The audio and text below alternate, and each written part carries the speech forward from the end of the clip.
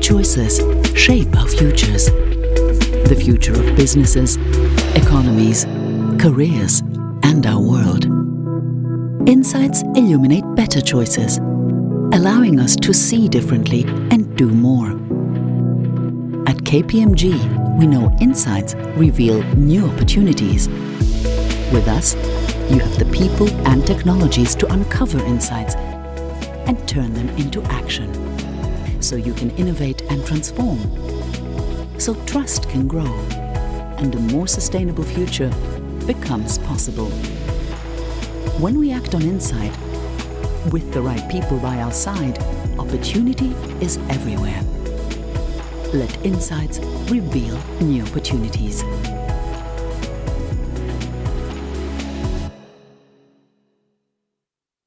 Established in 2021, Huawei Digital Power converges power electronics and digital technologies, delving deeper into digital power for a greener world. Huawei Fusion Solar Smart PV business is growing quickly, helping generate solar power all around the world. We integrate digital, PV, and energy storage, enabling smarter solar power and storage. Distributed PV is popular around the world, and the rooftops of large buildings are ideal for PV installation. All over the world, from snowy Scandinavia to islands in the Indian Ocean, schools are generating green energy. Installing rooftop PVs in schools isn't just a great way to generate clean power, but also teaches students about environmental protection through concrete actions. Santiago de Chile Airport is one of the largest in South America, looking to become more energy self-sufficient. It uses the Huawei Fusion Solar Smart PV solution for highly efficient, safe, and reliable power generation. Ordinary citizens can also generate clean energy through residential PV. Huawei Fusion Solar Residential Smart PV solution harnesses the abundant sunlight in the Mediterranean to supply energy to Italian households. Huawei's Smart PV controller and optimizers are installed on residential rooftops in Lahore, Pakistan. They yield 5% more energy. The PV self-consumption rate exceeds 85% using Huawei's Smart String energy storage system. As more than 140 countries join the Carbon Neutrality Initiative, energy storage is critical. Shenzhen International Low Carbon City is China's first nearly zero energy facility that uses Huawei's Energy Cloud and C&I Smart PV solutions, slated to become a best practice among global carbon peak and carbon neutrality projects. In Japan, from the extremely cold city of Eniwa, Hokkaido, to the humid Koyu district in Miyazaki, Huawei Fusion Solar Smart PV and ESS solution outperforms expectations. In June 2021, a quarter of China's counties were the first to begin a county-wide rollout of PV projects. Huawei actively participates in the project and helps Xiangcheng County build a benchmark pilot.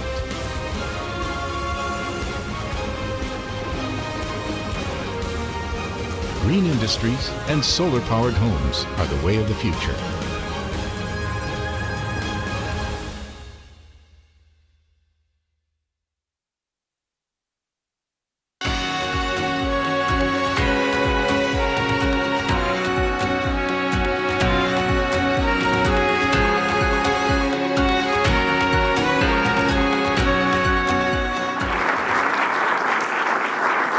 Good afternoon. Boa tarde. Thank you so much for being here. You are the reason why we are doing this event, because we are here to share. And at GreenVolt, we believe in sharing in a way that we define, okay, that's right. So there is something that you probably, if you work with me, you hear me saying a lot. This is the sentence. The more we share, the more we have. And this sentence, unfortunately, is not mine. I took it from someone that I liked very much, and maybe some people in the room remember, Captain Spock from Star Trek. And why I like this sentence, because if you remember, the challenge is to go where humankind never went and to challenge themselves to new worlds. Well, today, we believe that sharing is a solution for the problems that we have in this planet, in this Earth, and specifically in our field, that is energy. You know the global challenge. We have, I would say, kind of a perfect storm, and today is raining, and some of people felt the consequences of that. But we want to, and we need to do an energy transition. At the same time, we need to face a growing problem of energy poverty and the impact of the increase of energy prices. And that's for we at Greenvolt Comunidades, we believe that we can be part of the solution. But take the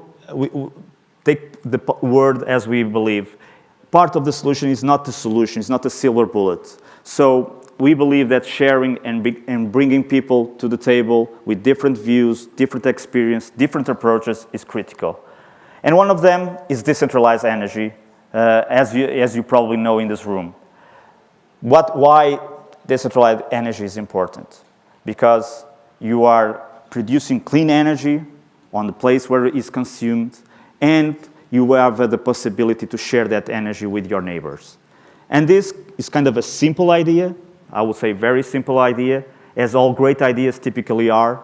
And I'm very happy that in Portugal, our government was able to translate this in a framework that allows business like us, but others also, to do this. We didn't invent the concept of energy communities or collective self-consumption, to be aware. This actually has been around for some time. But as sometimes happen, you need someone to push it forward, to push it to be concrete. And that is what the Portuguese government did, and we want to underline this, because without a framework that everyone knows and can work, that is kind of the threshold that we need to do. And just to remind you, I'm pretty sure that we will hear about these concepts here today, and well better explained than me. But as you know, typically now in Portugal, we can divide in three different approaches to self-consumption. We have what I can call the traditional one, that is the individual self-consumption, that has been growing in very fast in Portugal and with good results. But we know that there are, in most of the time, some limitations. And that limitation is, if you only are focused on your own consumption and production, you will optimize. And this is great for the people that can optimize in their buildings, but typically is not the case. And in a lot of situations, as we will see during our day, there is rooftops that could be used to produce clean energy, but they didn't have the incentive to do so. And that's why collective self-consumption, more simple approach as the Portuguese government, that don't require a specific autonomous entity to do, or through the European concept of energy community, they both have this common idea, sharing.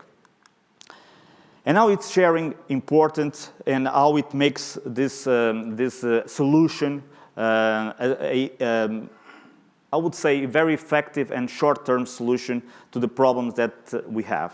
Well, because as I said, we are talking about installing solar panels in rooftops, parking lots, other space that are typically humanized, so the impact, the environment impact is very low. At the same time, we are allowing people to benefit directly of the consumption of the energy they can produce. But third, they can share and they can decide what they do with the energy that they produce in their installations and to whom they can share that energy. And as we'll see, there is a lot of opportunities, a lot of solutions that I hope that we can develop together. So if Greenvolt Comunidades didn't invent the concept, we didn't invent the business model, what we are for and why we are here. Well, I think three things I will underline about Greenvolt Comunidades. One is a very clear purpose, and our purpose is to share. We believe in the mission that sharing energy, we can assure clean, cheaper energy for everyone. And because Greenvolt believes in this purpose, we created Greenvolt Comunidades as an autonomous company within our group, focused 100% on solutions like collective self-consumption and energy communities. And as you can see, I have the pleasure to lead a great team focused on delivering the solution 100% of the time. And that, I think, is the commitment of our company. The third thing that is important, and I think you will agree, technology. But technology applied to solve people's problems. As we say, we are not an energy company, we are a company of people to solve people problems. And that's why I'm so proud and honored that last week our platform earned the award of Portugal Digital Awards for the most sustainable project. And that's what we believe that we can help and share with everyone. So we did these three things, and it's amazing, and it's very good to be here to share this with you. In less than a year, and this is kind of something that sometimes strikes me, we were able to achieve results. And these results are translated in numbers. So right now, in less than a year, our team is implementing more than 40 energy communities representing roughly 30 megawatts of capacity to be installed. More than that, we earned the trust, and I'm looking here to the front row, of some people that trust us, and we will return the trust in the commitment to deliver our projects from different sectors, from real estate to social institutions to sports clubs, and they all want to come through this purpose, to share and to help the others. So we decided even to go further because most of the people here is focused in their own business, in their own activities about sustainability. And for us, sustainability is about three things also. It's about social impact, environment impact, and economic impact. And economic impact, we believe that needs to be there, that needs to have value, and you need to create value to be actually sustainable. For us, there is no sustainability if there is not economic value for everyone involved.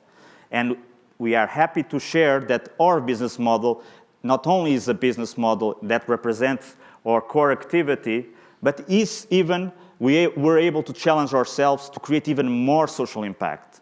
And I'm very pleased to remind you that in September, we were able to launch an initiative that we, at Greenvolt Group, in particular at Greenvolt Comunidades, we are very proud, that is the inclusive communities. And what is this? This is a program where we work together with our partners to not only benefit directly these institutions, but help families in a situation of energy poverty. And as you know, Portugal has an issue that we need to solve together. Again, we are not the only ones that will solve this, but we hope we can inspire. This is our inspiration also, and I want to thank Isabel Miguel that is here, because she deserves, and I would like to ask a round of applause for her for this, pushing us further.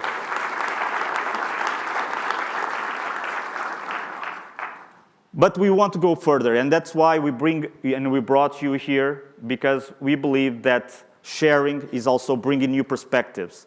We don't claim to be the only one solving the problem. We're pretty sure that we need the help of everyone, and we want to inspire and be inspired. That's why we have this first event that we want to open from the start to have an international impact. And I'm very happy that we have here Achille with us from the DG Energy, and also recognize they were the inspiration, and I hope that we can continue this commitment of delivering benefits for all Europeans in the energy sector, especially in a moment like this. So, and to end and to start our event, why are we here? Well, there is another quote, and I love quotes, by the way, so if you know me, you know that I love quotes. But this quote I also love from Steve Jobs about changing the world starts with us and with crazy people. So I hope this room is full of crazy people and people that really believe that they can change, because I can tell you, if you do, you will. So thank you, and a round of applause for everyone that is here and want to do something for this world. Thank you.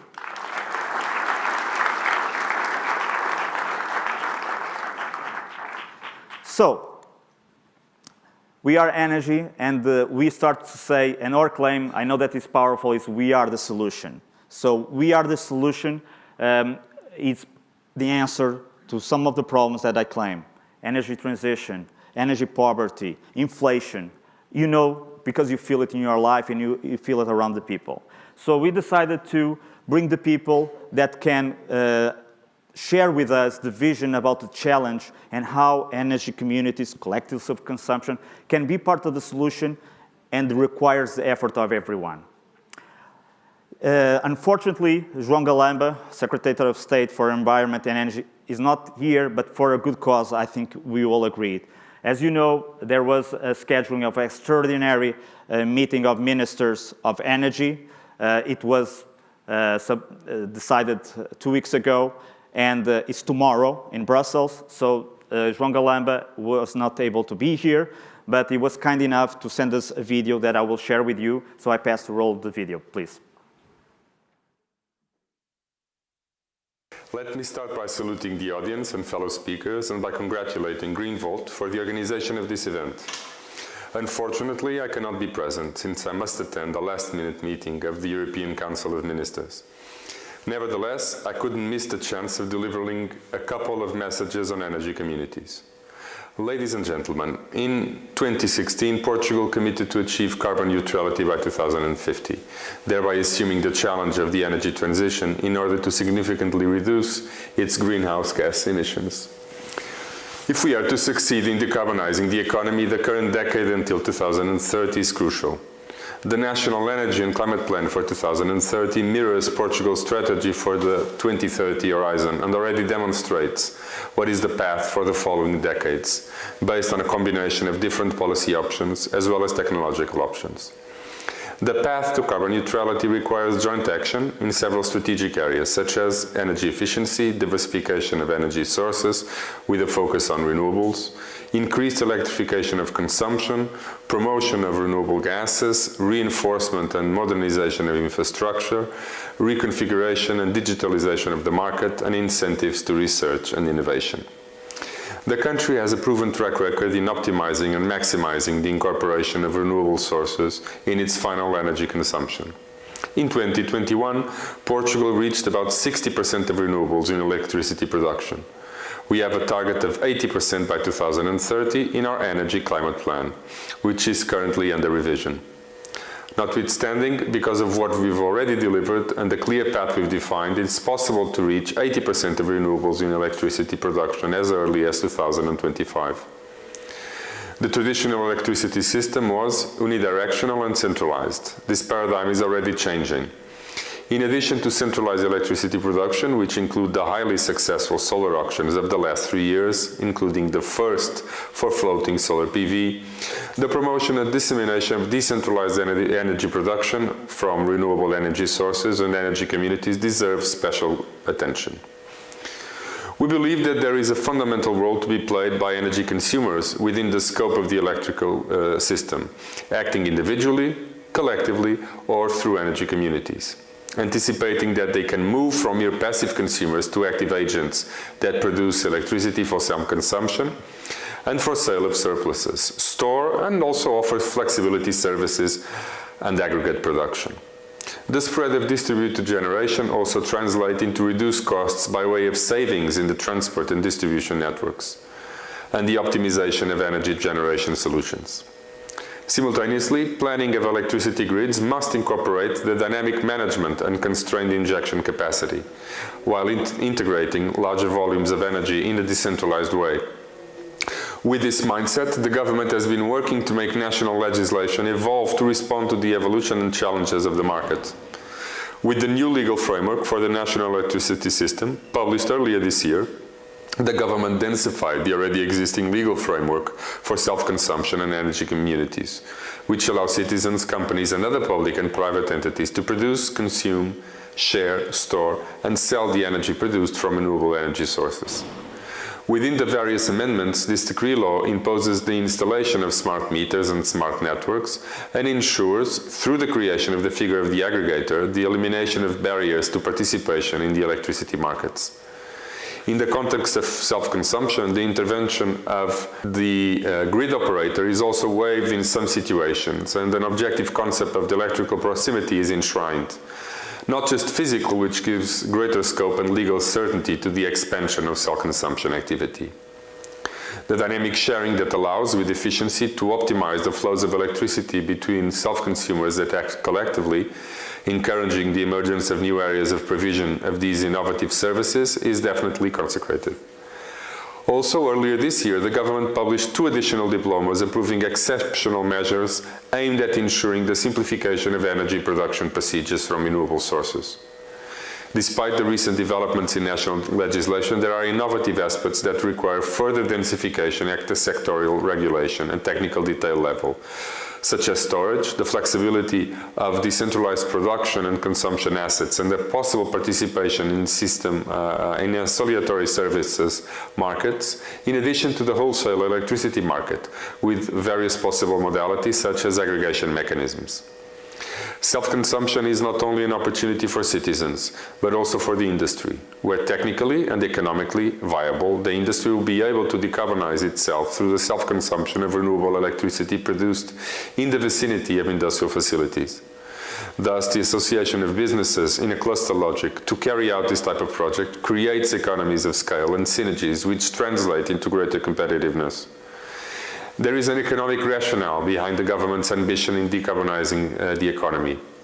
We believe that there is also an economic rationale for private consumers, whether households or businesses, to participate in this energy transition. In self-consumption and energy communities, they lay a path to reduce both emissions and costs associated with energy. Consumers reacted and the results are there. So far this year, the installed capacity of decentralized production in Portugal has already grown by more than 70% when compared to 2021. In October, we reached almost 1 gigawatt and still have huge potential to be captured. The government is doing everything in its power to redouble our efforts to keep Portugal at the forefront of the energy transition. Self-consumption and energy communities are an integral part of the path to decarbonization. A path which will bring more foreign investment, more exports, more energy security, more development of technology clusters, basically more progress and development to Portugal. Thank you very much.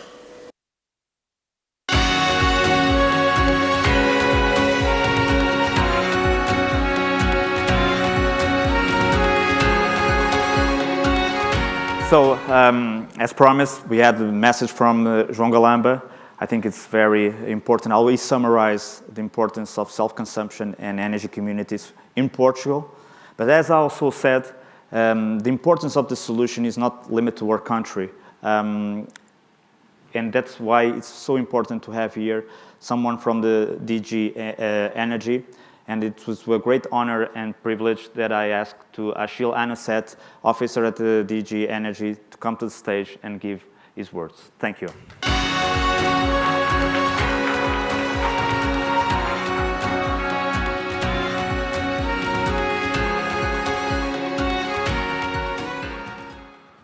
Okay, test, yes, all working fine. I'm very, very pleased to be here with you all in person today during this Sharing of Energy Summit. It's indeed no secret that energy sharing was not really a thing that was discussed or legally described prior to the adoption of the Clean Energy Package. And as such, we from the Commission side are very pleased to see how this is gradually materializing on the ground and in practice. But we're also curious to continue the dialogue and the conversation with all of the relevant stakeholders here present today to explore how we can accelerate and further define and clarify the responsibilities and rights that are related to this innovative activity in the energy sector. Now, today, I will of course give you the overview of the EU legal and policy developments. I will be focusing on energy communities as well as jointly acting active customers. If you think, where does this term come from? It's a term that is enshrined in the Electricity Market Directive. If you want a further definition, but I will come back to that. The table of content, so first legal framework, Clean Energy Package, the foundation, the blueprint, then policy framework. We are confronted with sky-high prices in the energy wholesale market, and thus the Commission has reacted through the Repower EU plan. And then last but not least, I'm happy to give you a little bit of further information on the EU initiatives that we have currently running on energy communities from the Commission side. Now, first things first, the Clean Energy Package. When we introduced the package, we had a vision for the energy system for the next 10 years, at least, prior to then, again, issuing a next package and updating the electricity market design. Now, when designing that vision, we had something in mind along the picture here, and those keywords: more liberalized and competitive market. That means that not only the traditional retail suppliers are operational on the energy market, no, multiple suppliers could be operating on a single metering point, potentially enabling virtual metering, sub-metering, and thus allowing energy communities to share their self-produced electricity with consumers that are living in proximity of the projects. Now, of course, with a more competitive, liberalized market comes also all of the benefits. You have more and more innovative and diverse energy services that can be provided. Aggregators can come to the market. You can link them to your heat pump in order to have flexibility services in reaction to market signals, system needs.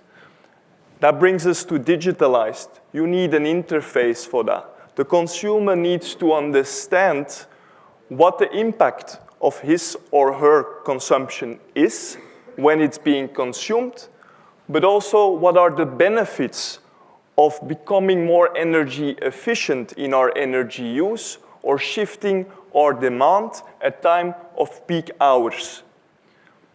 And then we have decentralized and consumer-centered. And energy sharing is really something that goes to the heart of this. We have the technology.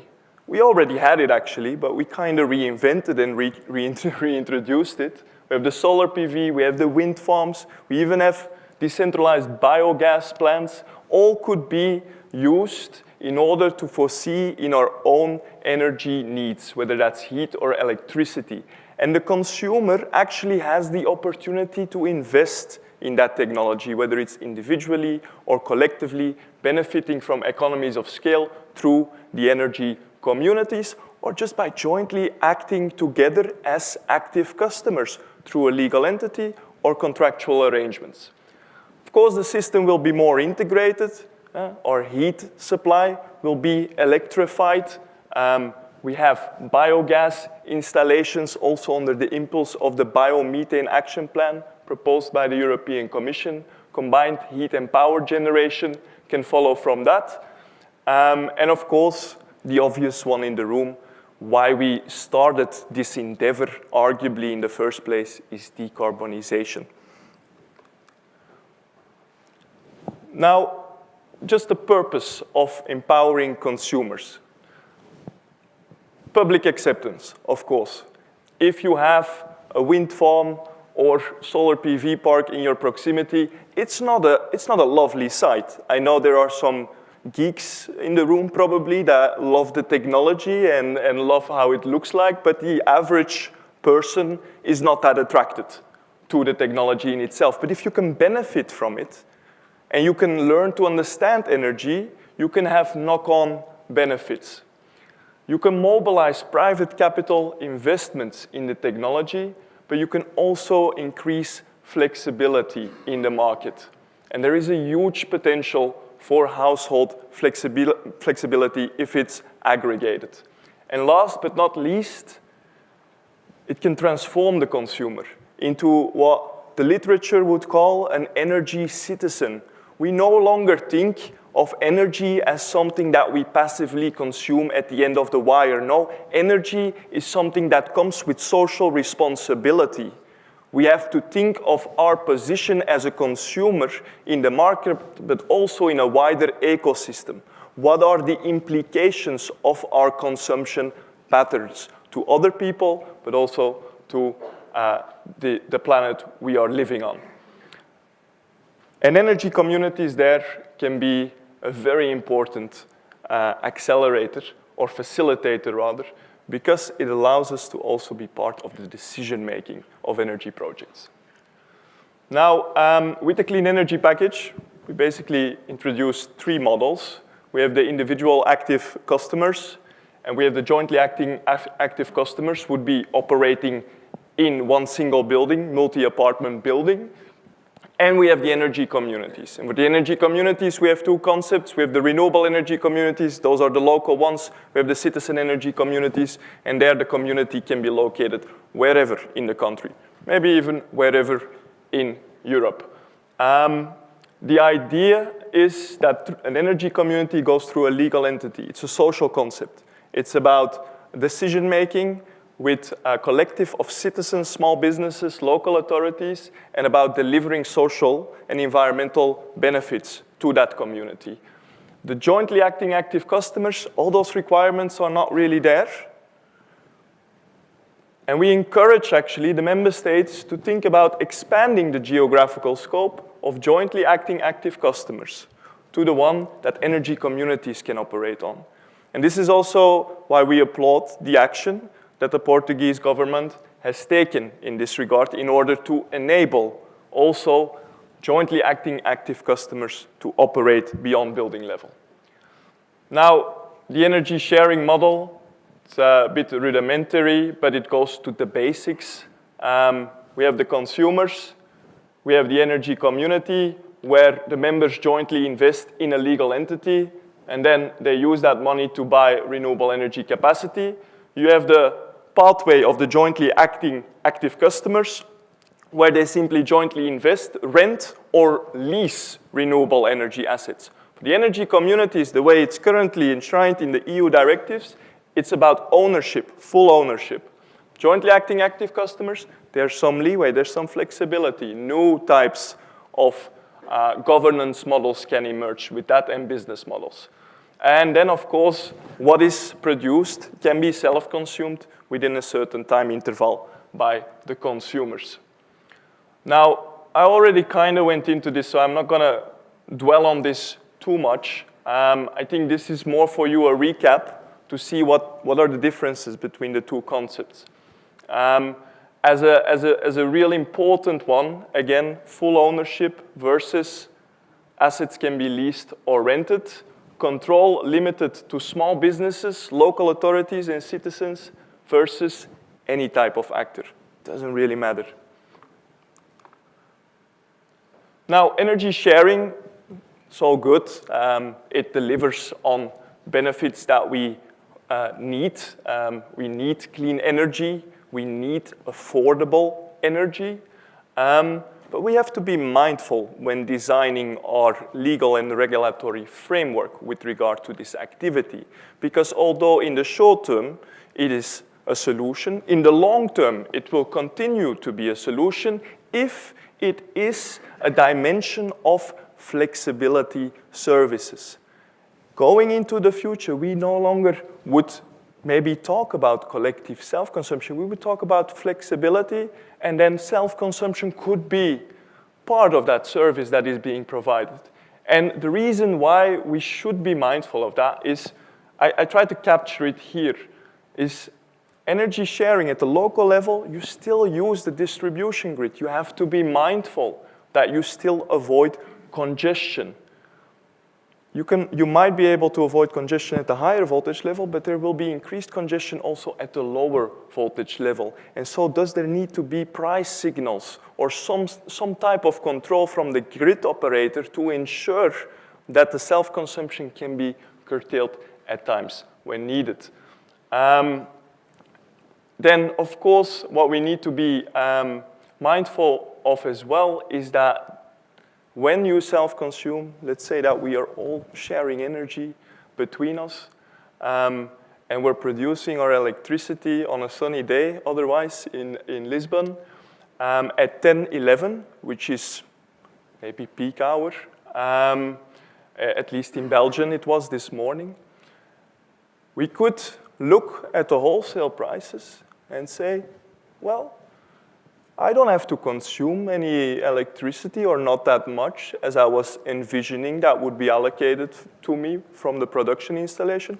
Why not shift our demand and sell some of our electricity on the market?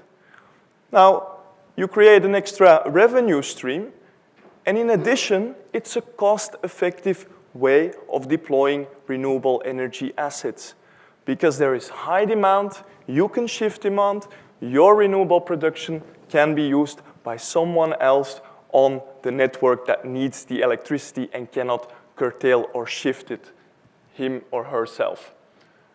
And then last, but not least, we need to be mindful that these schemes at all times, and that's why I was very pleased to also see the social projects that Greenvolt is engaged with, that it's accessible to those in energy poverty. It cannot be something that is basically amplifying the Matthäus effect, where those who already have will have more. No, we need to use these schemes also to allocate excess electricity production to those who need it the most. Now, looking ahead, as a flexibility service, I already said it, just to give you a bit of an idea also in our electricity market framework as it currently stands from the Clean Energy Package. Of course, we have implicit demand response.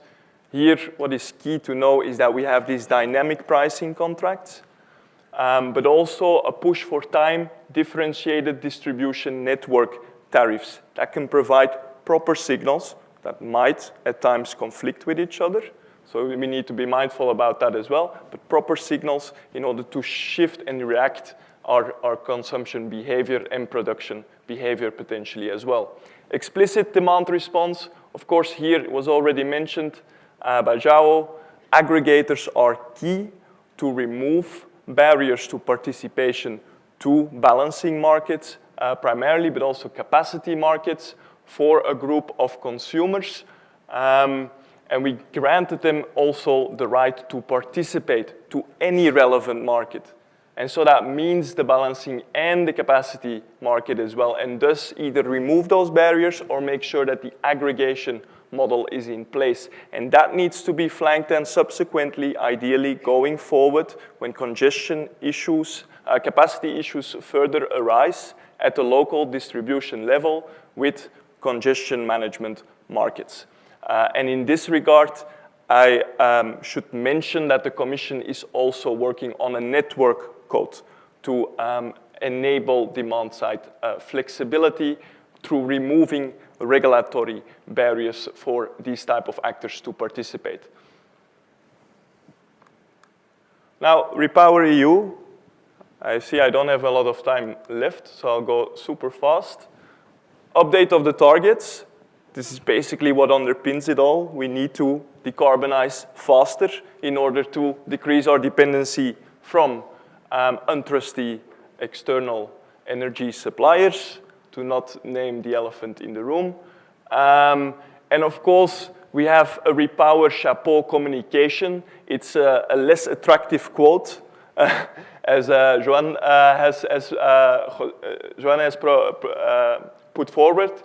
Nevertheless, it's a direct extract from the communication that tells you something of how important this summit is and the concept of energy sharing for the European Commission in order to ensure access to green and affordable energy.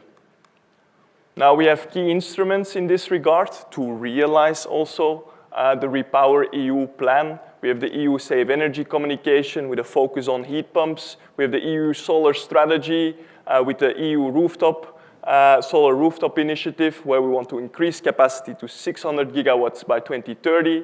We have the electricity market design, where we, amongst other, want to see how we can ensure access to low-cost renewables. This is something the Commission is currently working on. It's also the reason why I'm with you here today, and I really am keen to engage in a conversation about energy sharing from all type of perspectives, because we are thinking about how we can push this model forward from a regulatory point of view at the EU level. Then you have the Biomethane Action Plan to save natural gas imports, and of course, the permitting recommendation in order to accelerate access to land, but also the realization of projects through the identification of go-to areas and shortened permit granting periods. All of that translates into proposals that are currently ongoing with the Parliament and the Council as part of the Fit for 55 package. So the solar strategy, what you need to know is we will be setting up an energy communities facility by 2024. We will be providing cascade funding to local projects in order to enable them to develop their projects from a technical, legal, or financial point of view. At least one renewable-based energy community in every municipality with a population higher than 10,000. Quite an ambitious target. And last but not least, the mandatory installation of rooftop energy, which is of course key for what we're discussing here. We have some recommendations in the solar strategy. I'm sure you will be provided a PowerPoint presentation. I'm not going to go through them in detail with you now. Instead, the electricity market design, very brief. I already mentioned there was a communication on the electricity market design. If you read the document, you will see what the blueprint of action of the European Commission is. You will understand what we are working on currently in order to reach the REPowerEU targets. One of the sentences there is also promote collective and individual self-consumption schemes. Now, the EU initiatives on energy communities, just for your information, we have two running: Rural Energy Community Advisory Hub, focusing on the rural energy communities, the Energy Communities Repository, taking a general approach to energy communities from a policy point of view, and providing technical support for urban energy communities. Call is currently open until the end of December, so if you have an energy community that you know of and that needs some assistance, be sure to refer them to the following links so that we can be of assistance. And that's it from my side. I hope I have not bored you too much and informed you with all relevant policy updates from the Commission side. Thank you very much.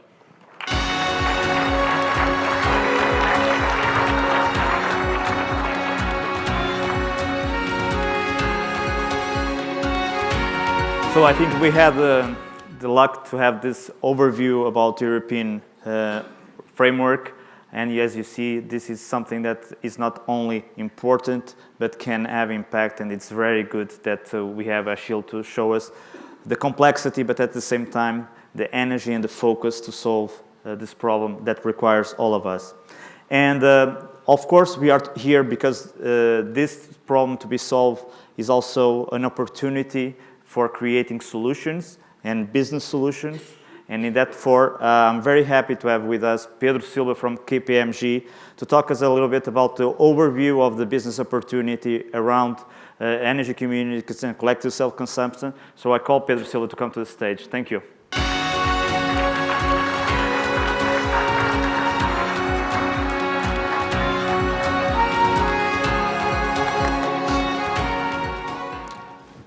Thank you, José, and good afternoon, boa tarde a todos. First of all, I would like to thank GreenVolt for the opportunity given to KPMG to share our vision about energy communities and their opportunities and challenges. In order to understand the challenge that energy communities brings to the energy sectors and citizens, it's important to remember what is the traditional value chain.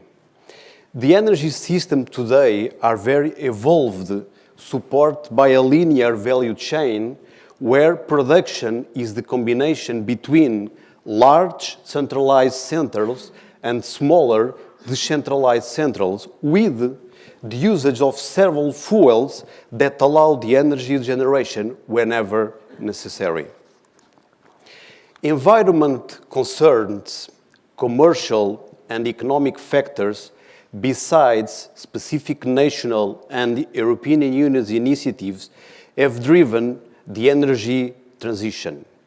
With the growing use of renewables energy and the generation decentralization, with a intermittent production due to the dependence on the availability of external factors like, for example, the sun.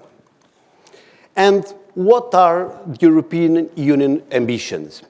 European Union strategy aims to reduce the dependence on the energy imports and greenhouse gas emissions through the migration of fossil fuels to clean energy. For instance, 32% of renewable energy source is the ambition by 2030, and focusing on energy efficiency, increasing it at least 32.5% is the ambition by 2030. One of the examples of this type of measures is the directive of the building energy efficiency, with different targets according to the building type.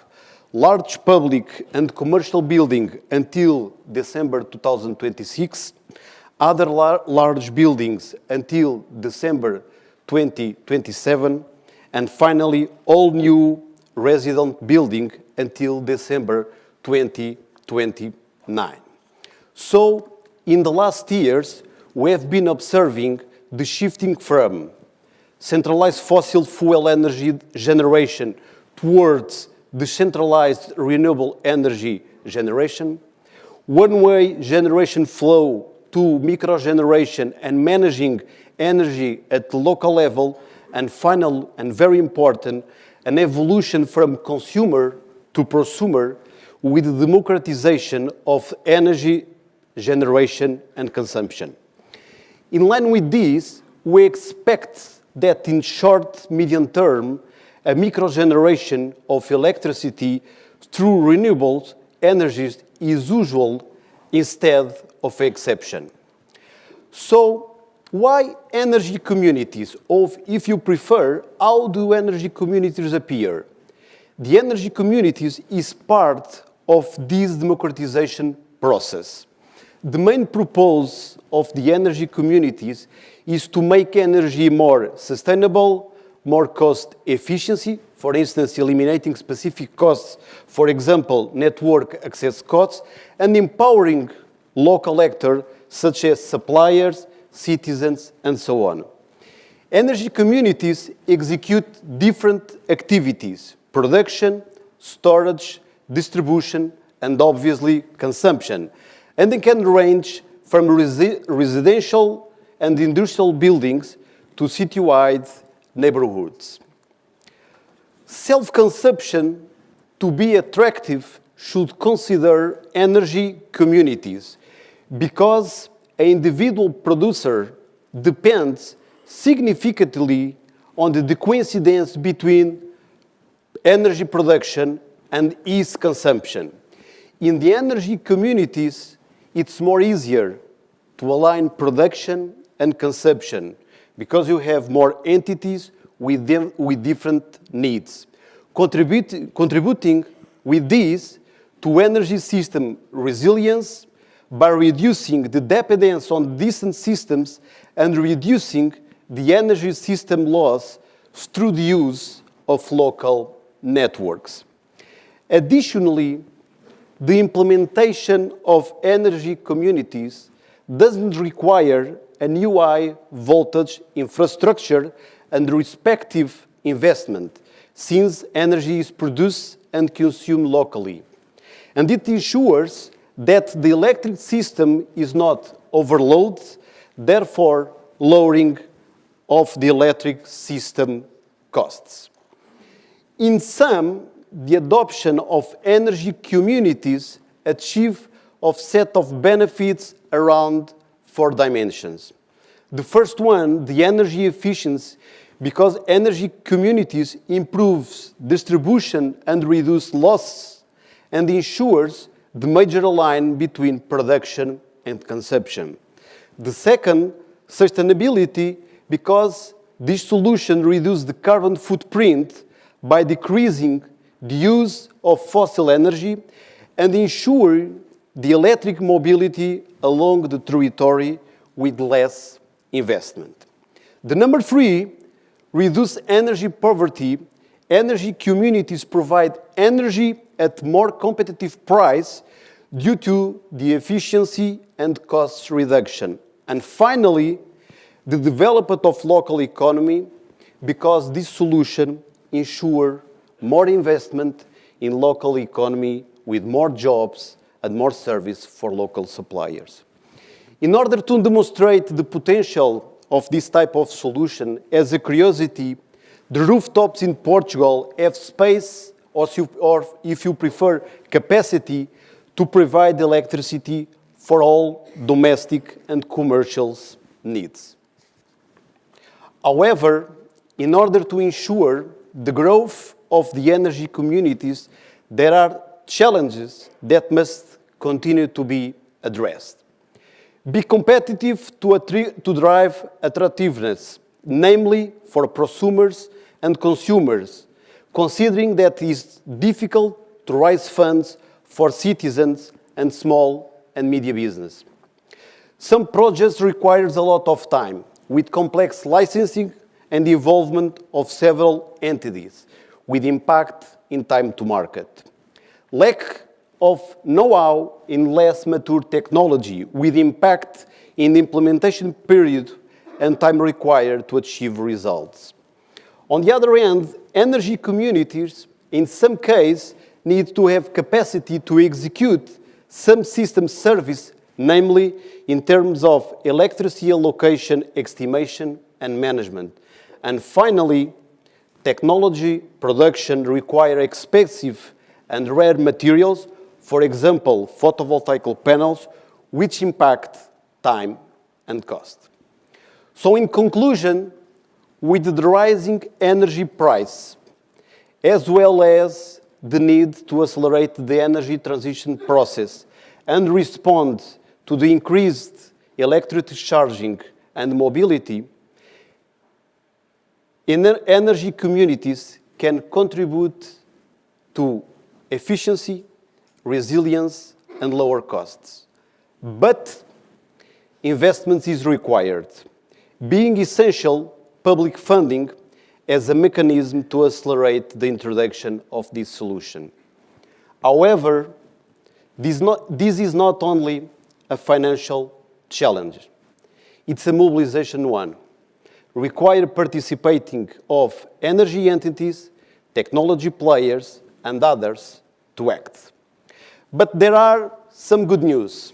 At this moment, there are funds available in Portugal, for instance, in the Recovery and Resilience Plan for building energy efficiency, and there may be more funds in the future that can be used to accelerate the energy transition process.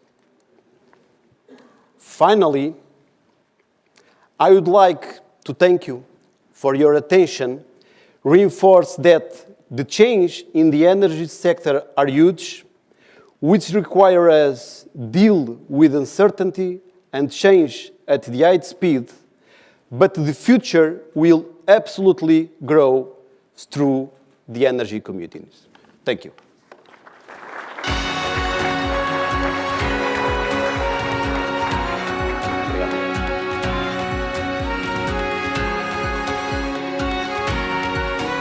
So thank you, Pedro. I think it was an excellent overview about the challenge and also the opportunity that we can have a business to actually fulfill what previously Achille showed us is the strategy and the goal of the European Commission with the energy policies.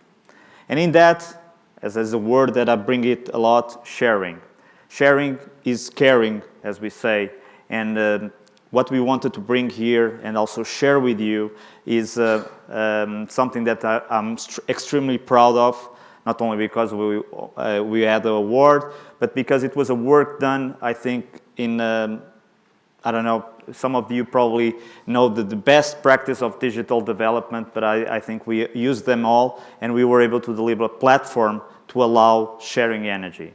And that's why it's a great honor also to ask to the stage Celine Weber, Director of Green Vault Comunidades for Platform and Operations.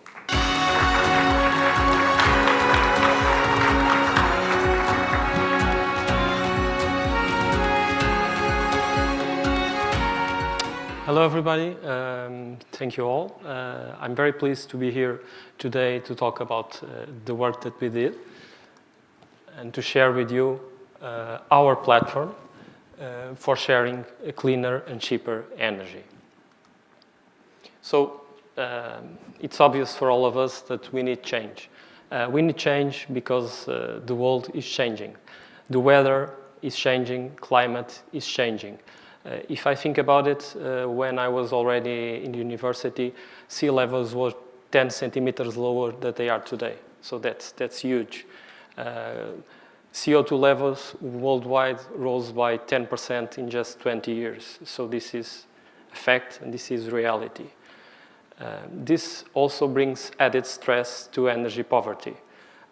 You think about energy poverty, you think about poor countries, but energy poverty is also a reality here at the EU. Particularly in Portugal, even if we have a very good weather, there are still people who are very cold and sometimes very hot at their homes. And that is even worse and gets worse because the energy prices in just 1 year, electricity rose 70%, gas rose doubled the price on average in the entire European Union. So there will be more people living in energy poverty. So it's a reality, we really must act. It's also obvious to everyone that energy transition has to be done digitally. So digital is the way to do it. And that's why I'm going to talk to you about our platform, our digital platform, to bring energy communities into a reality. Energy communities are in fact part of the solution, a very important part of the solution, but they are not easy to do. It's complex. You have different stakeholders, different clients. Some of them are families, some of them are companies, big companies, small companies, everything. So you have also multiple sites. You have houses, you have apartment buildings, you have factories, you have warehouses. You have to bring all of this together and to connect all of this. And the way to connect this is digital, and the way to connect this is via a platform that integrates with DSOs, integrates with CRM systems, ERP, billing, banking systems, and also integrates with inverters to gather data for OEM. So it's a big challenge. It's also a big opportunity to communicate with our customers and also for them to communicate amongst themselves. So what did we do? Just a brief presentation, then I will go more in depth onto the platform. We managed to bring together a simple and intuitive platform that's fully integrated with all those systems that I just talked about, and that allows registration of consumer members, of producer members, allows all the entire life cycle of those members, allows them to see their energy consumption, their energy production, their sharing of energy, allows them to see the other members of their community, and allows them also to manage their billing and their financial savings and also their ecological savings of the entire community. So, but how did it start? José was talking, we were very fast. I think we were fast because we kept it simple.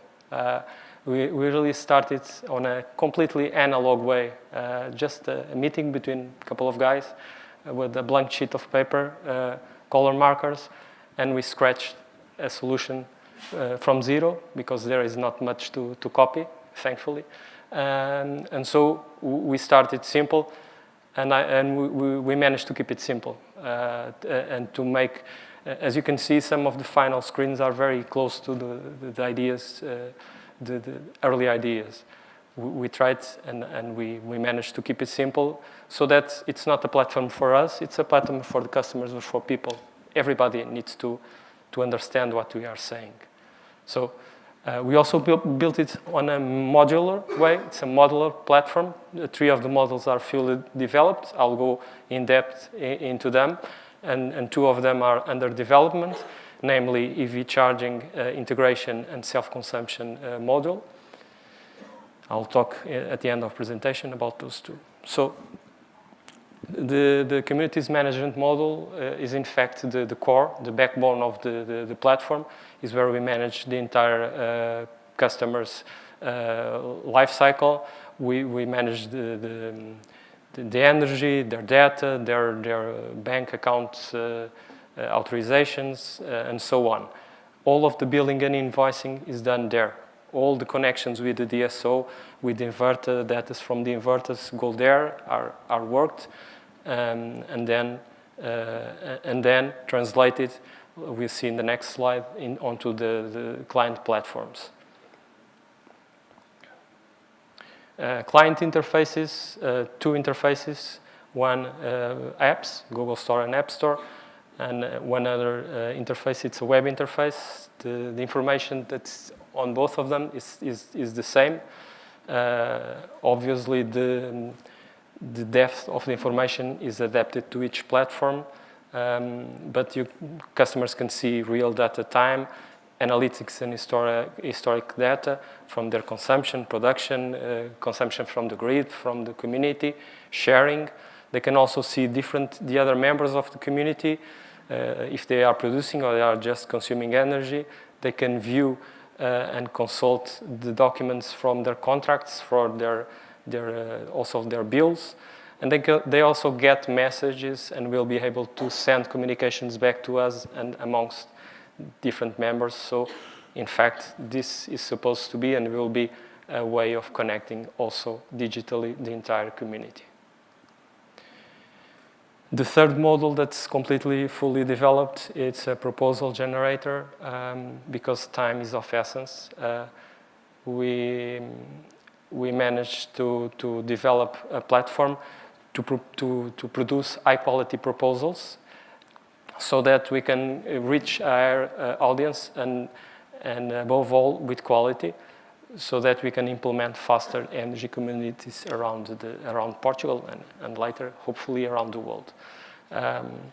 This is done with the full economic analysis from the side of customer and also from our side, because there is value to be captured from the sun. Like we said before, some other presentations, scale is very important, but it's also very difficult if you have different consumers, different producers, to put this in one proposal. So we did this, and this platform also allows different users to have different roles and to work on that proposal until a complete proposal that can be done and can be copied, that can be translated into several other, into several different proposals for the same client. The output is an editable PowerPoint file, because it is sometimes it is needed to put an extra sentence or an extra slide on a proposal to make it more adaptable. So where are we now? José also already mentioned that we are very pleased that we won a digital award last week. It was an honor to us, but it also gives us more responsibility. We feel that responsibility. I would like to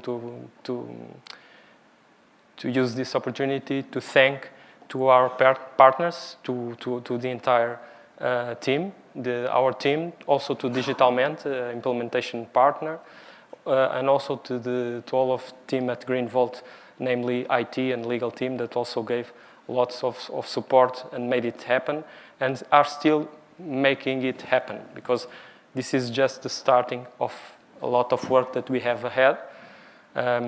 Right now, we are working on adaptation to other markets, namely Spain and Greece. There are already several interesting partners interested on our platform on those two markets, and many more will follow.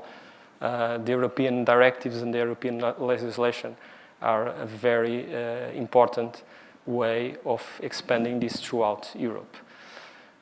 We are also working on integration of our platform with electric charging apps and also hardware, because electric charging is a reality, is now. It's not a thing of the future, it's a thing of the present. If you think of companies, they have big fleets. Those fleets are getting electrified faster and faster and faster, and the market is asking for solutions. When you have sun, when you have cars that can be charged during the daytime, you also have a great opportunity to charge faster, to charge slower, to stop charging, to start charging, and to have here a very interesting also flexibility tool and very effective one. So we are working on that with partners. And we are adapting our platform also to individual self-consumption because the surplus selling and sharing also presents an opportunity to be fulfilled, and we are doing just that. So that's it. Hope it was clear for you. If you have some questions afterwards, I will be happy to answer them. Okay? So thank you all.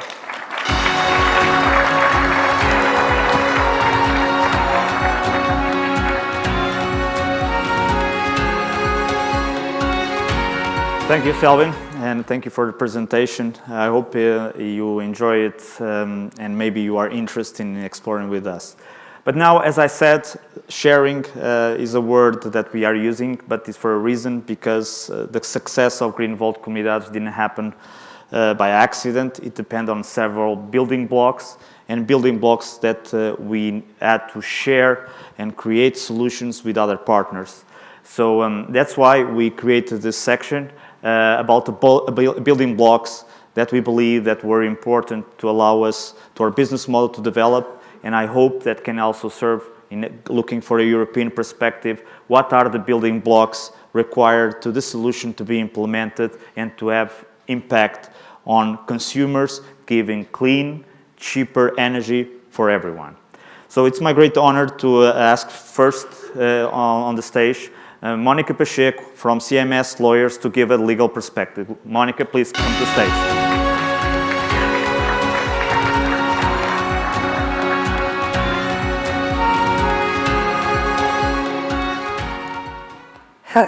Good afternoon, everyone.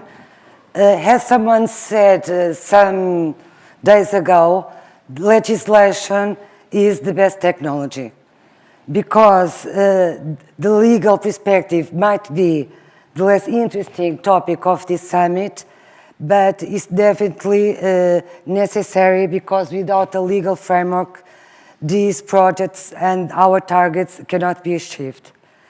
So starting by the clean energy package that Achille has already spoken, so I'm going just to give you just a very high-level view. The European Commission in 2016 has published the Clean Energy for All Europeans package, and with this package, new provisions on the energy market and frameworks for new energy initiatives were introduced. Specifically, and as part of this package, the request of the Renewable Energy Directive and the Electricity Market Directive have provided basic definitions and requirements for the activities of individual and collective self-consumption, and as well as for energy communities and citizen energy communities. Under these definitions and requirements, smaller actors should be empowered to participate in the energy market and contributing to increase the central renewable energy production and consumption. And this word consumption has emerged in our vocabulary. I was speaking with António Vidigal, that is here with us, when this was starting, because the first time I heard this word, prosumers, was from António, and it was about 10 years ago. And I was really impressed, and I didn't know what was it, and I think I didn't know, and no one knew. And now it's a common word that all of us that are here in this room and not only know this word. Another important point about this package is that there was a mandatory transposition, international laws, but with significant room for national specific provisions. And in the case of Portugal, we have used this room and created some different provisions, and very good provisions, in fact. The Electricity Market Directive, including the provisions on citizen energy communities, had to be transposed international laws by the end of 2020, and a framework for collective self-consumption and renewable energy communities had to be established by mid-2021. In Portugal, we had already for some years a framework on self-consumption. In fact, we had this framework since 2014, and under this regime, several individual self-consumption projects were developed. But we had no framework for collective self-consumption and for energy communities. And this appeared in 2019 with Decree Law 162, and I must say the most important piece of legislation was this year, beginning of this year, with Decree Law 15/2022, that has approved a new regime or a new framework on the organization and regulation on the national electricity system, and has included several provisions on self-consumption and energy communities. This decree law, it's not new now because some months have passed, seeks to streamline procedures, encourage the adoption of self-consumption solutions, and facilitate energy sharing between consumers. And the fact is that this year, with this regime, with this new framework, the installed capacity for self-consumption schemes was increased by 70% when compared with 2021. Some of the most important amendments for the activity were, first, the clarification of the concept of proximity, which is a requirement for carrying out this activity. The power generation unit and use facilities shall be located within less than 2 kilometers in case the units, production units, are connected to low voltage, 4 kilometers in the case they are connected to medium voltage, 10 kilometers in case they are connected to high voltage, and finally 20 kilometers when connected to very high voltage. Anyways, door is open for a case-by-case assessment of proximity by the GEC, which is the licensing entity, in light of energy optimization and the provision of basic public services. The second amendment, or most important amendment, was that the units, power generation units, are first and foremost designed for self-consumption, but any excess of electricity can be sold to the grid through organized market or bilateral contracts. And in the case of the energy communities, the electricity in excess can also be supplied and sold between the members of the community. Self-consumers are entitled to request the issue of certificates of origin for the excess of electricity injected into the grid. The third amendment is that self-consumers can also operate storage facilities, irrespective of whether they are connected to the power generation unit or the consumer facilities, and without being subject to pay any additional cost, and specifically the grid access cost. And finally, self-consumers can also operate direct lines if there is no access to the public grid, or establish and operate internal systems, including closed distribution systems. In terms of differences between collective self-consumption and communities, these differences start by the definitions of these models. The collective self-consumption is defined as the power production unit that is connected to more than one use facilities. So its constitution, it is necessary 2 or more individual self-consumers, and the communities are defined as legal persons, company, formed by or incorporated by self-consumers. These self-consumers can be natural or legal persons, public or private, include small and medium-sized companies or even local governments. And the purpose of the communities is environmental, economic, and social benefits for its members instead of profit. In terms of admission and exit of the members, in the collective self-consumption, admission and exit is only subject to the internal regulations, which are approved by the self-consumers.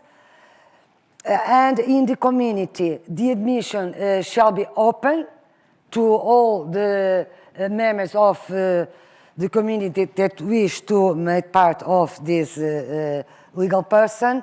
And the exit shall be also open or free, but of course subject to the fulfillment of the obligations to which the members of the communities are bound. In terms of ownership of the power unit generation, the units of the generation, in the collective self-consumption, they are owned or can be owned by one or more self-consumers, or can be owned by third parties that invest in the project. In the communities, the ownership of the production unit shall be of the community, or it can be also owned by third parties, provided that the production unit operates for the benefit and service of the community. In terms of legal responsibilities, in both models, there is a joint responsibility between, in the case of collective self-consumption, between self-consumers, and in the case of the community, between the community itself and its members. In terms of management rules, in the collective self-consumption, the members approve their own rules, there are internal regulations. In the community, because it is a company, it's a legal person, it is ruled by articles of association or other internal regulations. In case, for example, it's an association.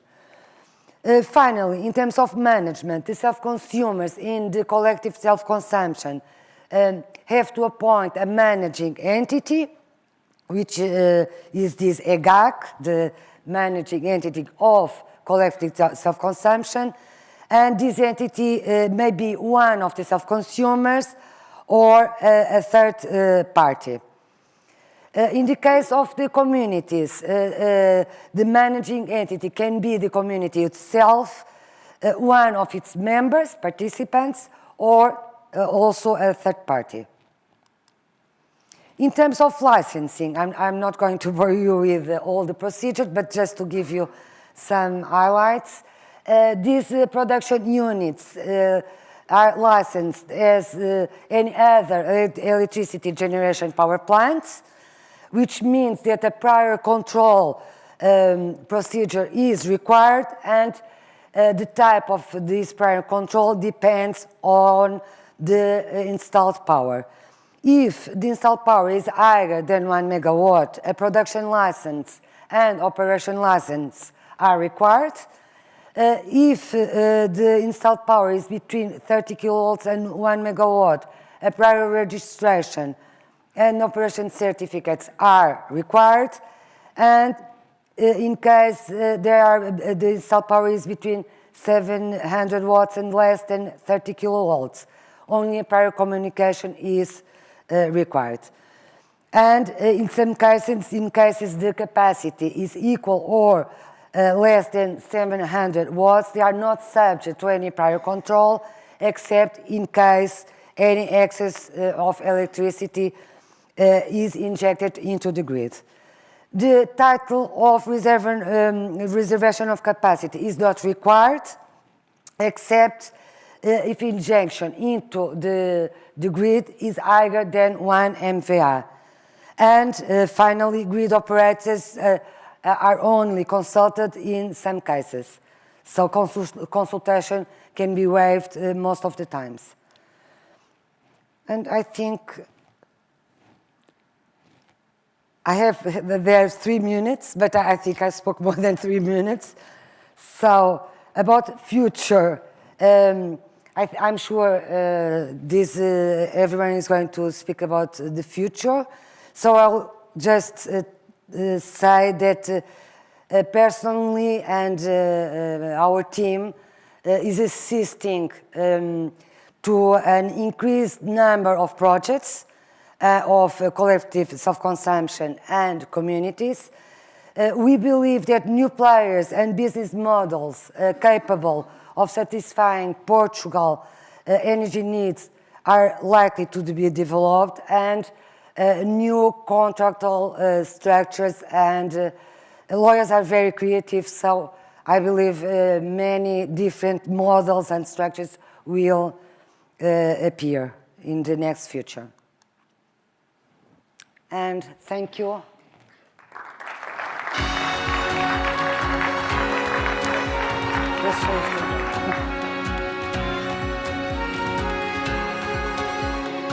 Thank you, Monica. I think it's also a very comprehensive overview of what we have in Portugal, the changes that we had. And as you know, sometimes we need to bring things to earth, and there is always a discussion and implementation, and typically that recalls the regulatory authorities to mediate this process. So it's my pleasure to call to the stage Jorge Esteves from the Portuguese energy regulator to talk about the challenge and the opportunity. Jorge.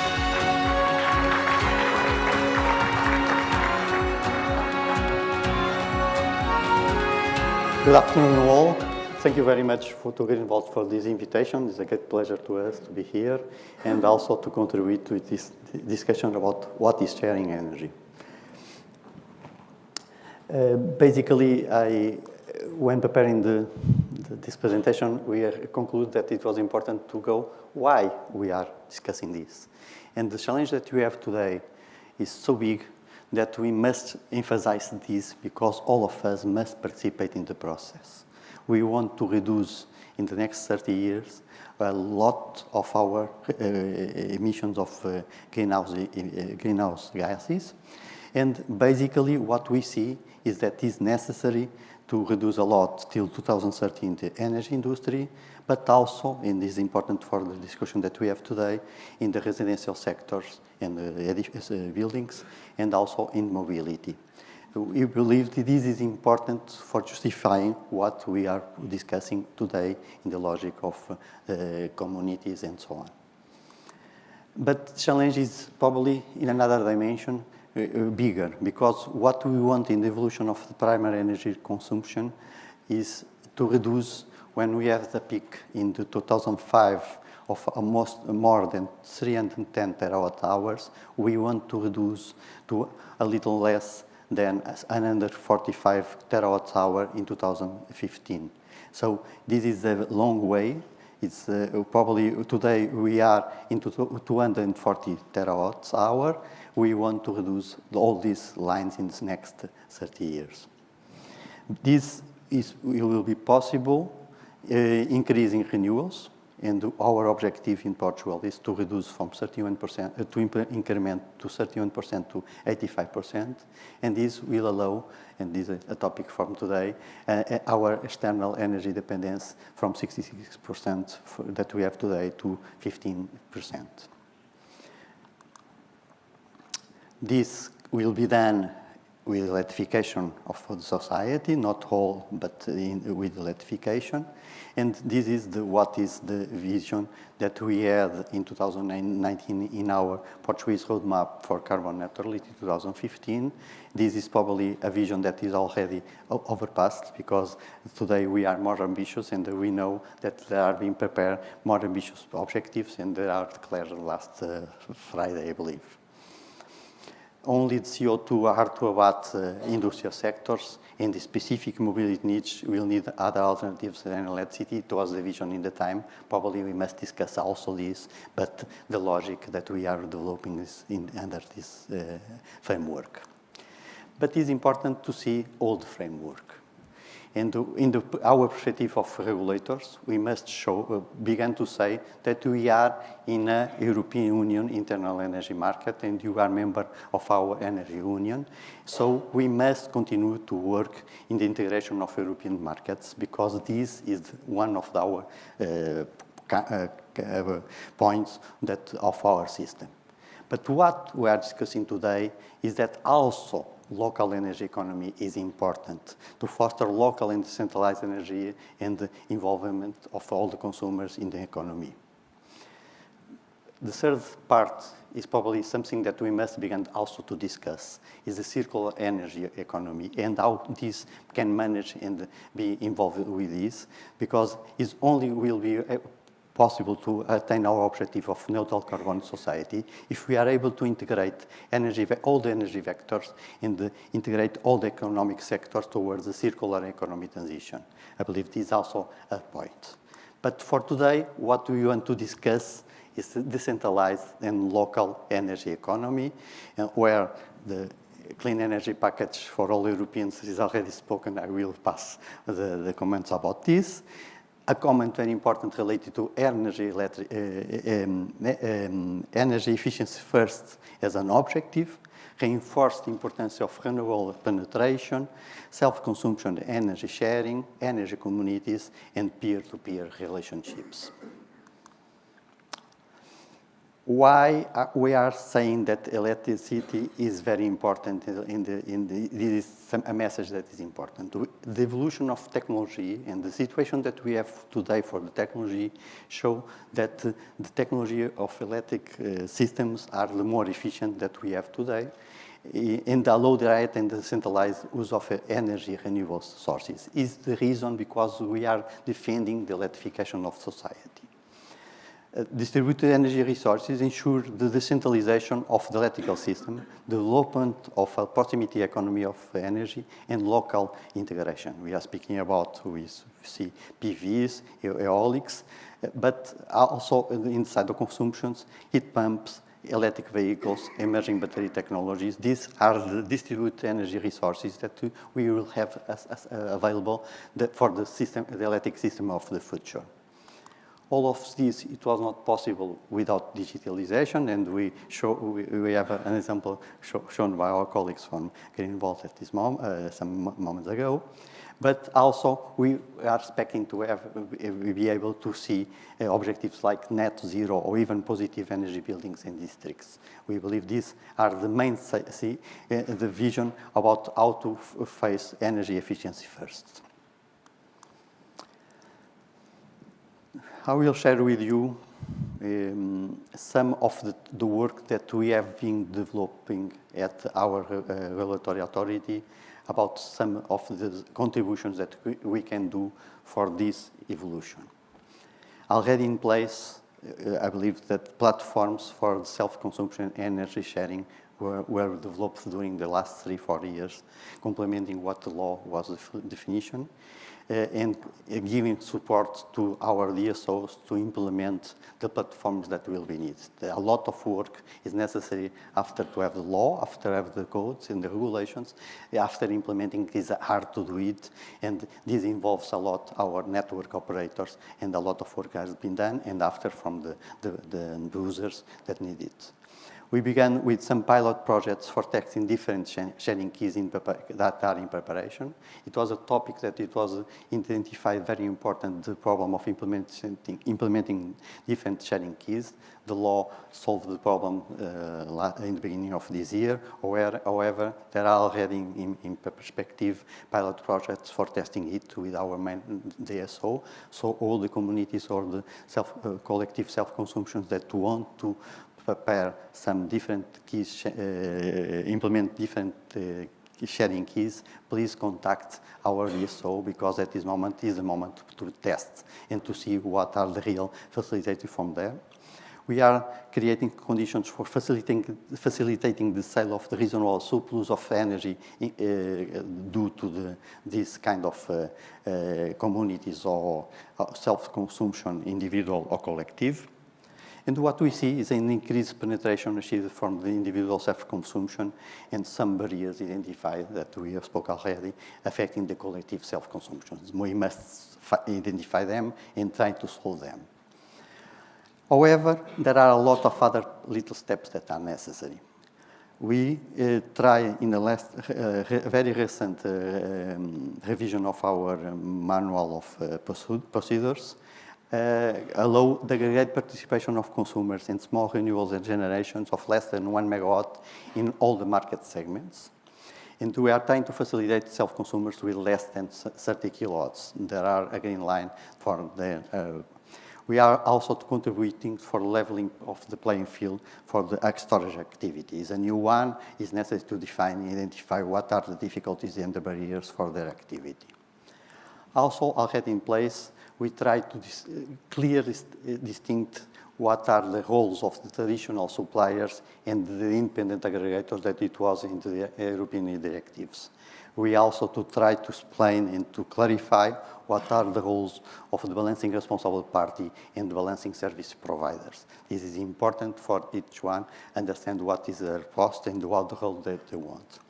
We harmonize at the European level the imbalance settlement that it was different in Portugal, and now we try to do it in the same way as in all other countries in Europe. And we plan to complete a smart meters rollout with participation of our DSOs and their enthusiasm till 2024, and the integration of smart meters in the smart networks, because it's not only necessary to have smart meters at homes, we need it to have also integrated in a logic of a smart network. Today, we have already big consumers participating at a market pilot of balancing, and of 2 of them, because time is almost finishing. However, after we can discuss a little more. With the law that it was approved in the beginning of the year, we need to implement some revisions of our codes. So we are preparing for the end of January a new revision of our codes, of probably all our regulations, where we'll try to leveling the playing field of all generation, consumption, and storage as energy service providers to the TSO, as balancing and other ancillary service, implementing the EU standardized balancing services, to have a second phase of pilot project allowing aggregated consumers' participation as the market of balancing service markets, allocation of the network costing capacity without restrictions is a concept that we believe that's important to allow more efficient use of the network. Introduce the concept of local flexibility service to be provided by the DSOs, by all distributed service providers in some first pilot projects. I believe that José Ferrari will speak about it, probably, I don't know. The consolidation of the concepts related to energy communities, leveraging electric vehicles as energy service providers, integration of the renewable electric vectors with the renewable gases vector is a new challenge that we have. And we began with some pilot projects, but we believe that it is important to harmonize the concept for facilitating and overcome barriers to innovation. This is what we are planning to propose in this new revision and where energy communities can appear. I would say probably in all these dimensions, because energy communities can be a way of aggregating consumers, storage, generation, and they can provide all these kind of services, of energy services. So it's important to all your comments, all your participation at this revision that we will launch in the late January. Thank you very much.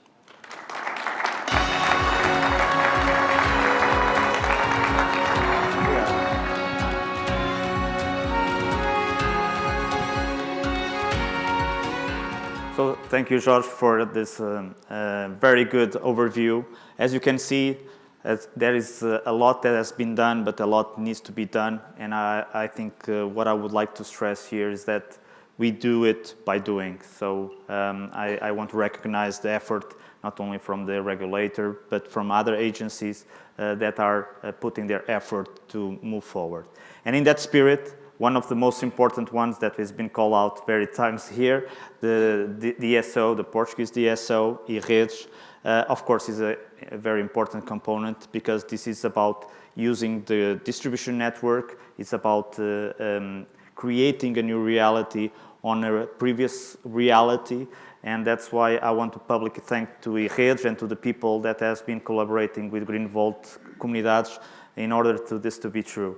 And it's my great honor to call a friend, but also the CEO of e-Redes, Ferrari Careto, to come to the stage.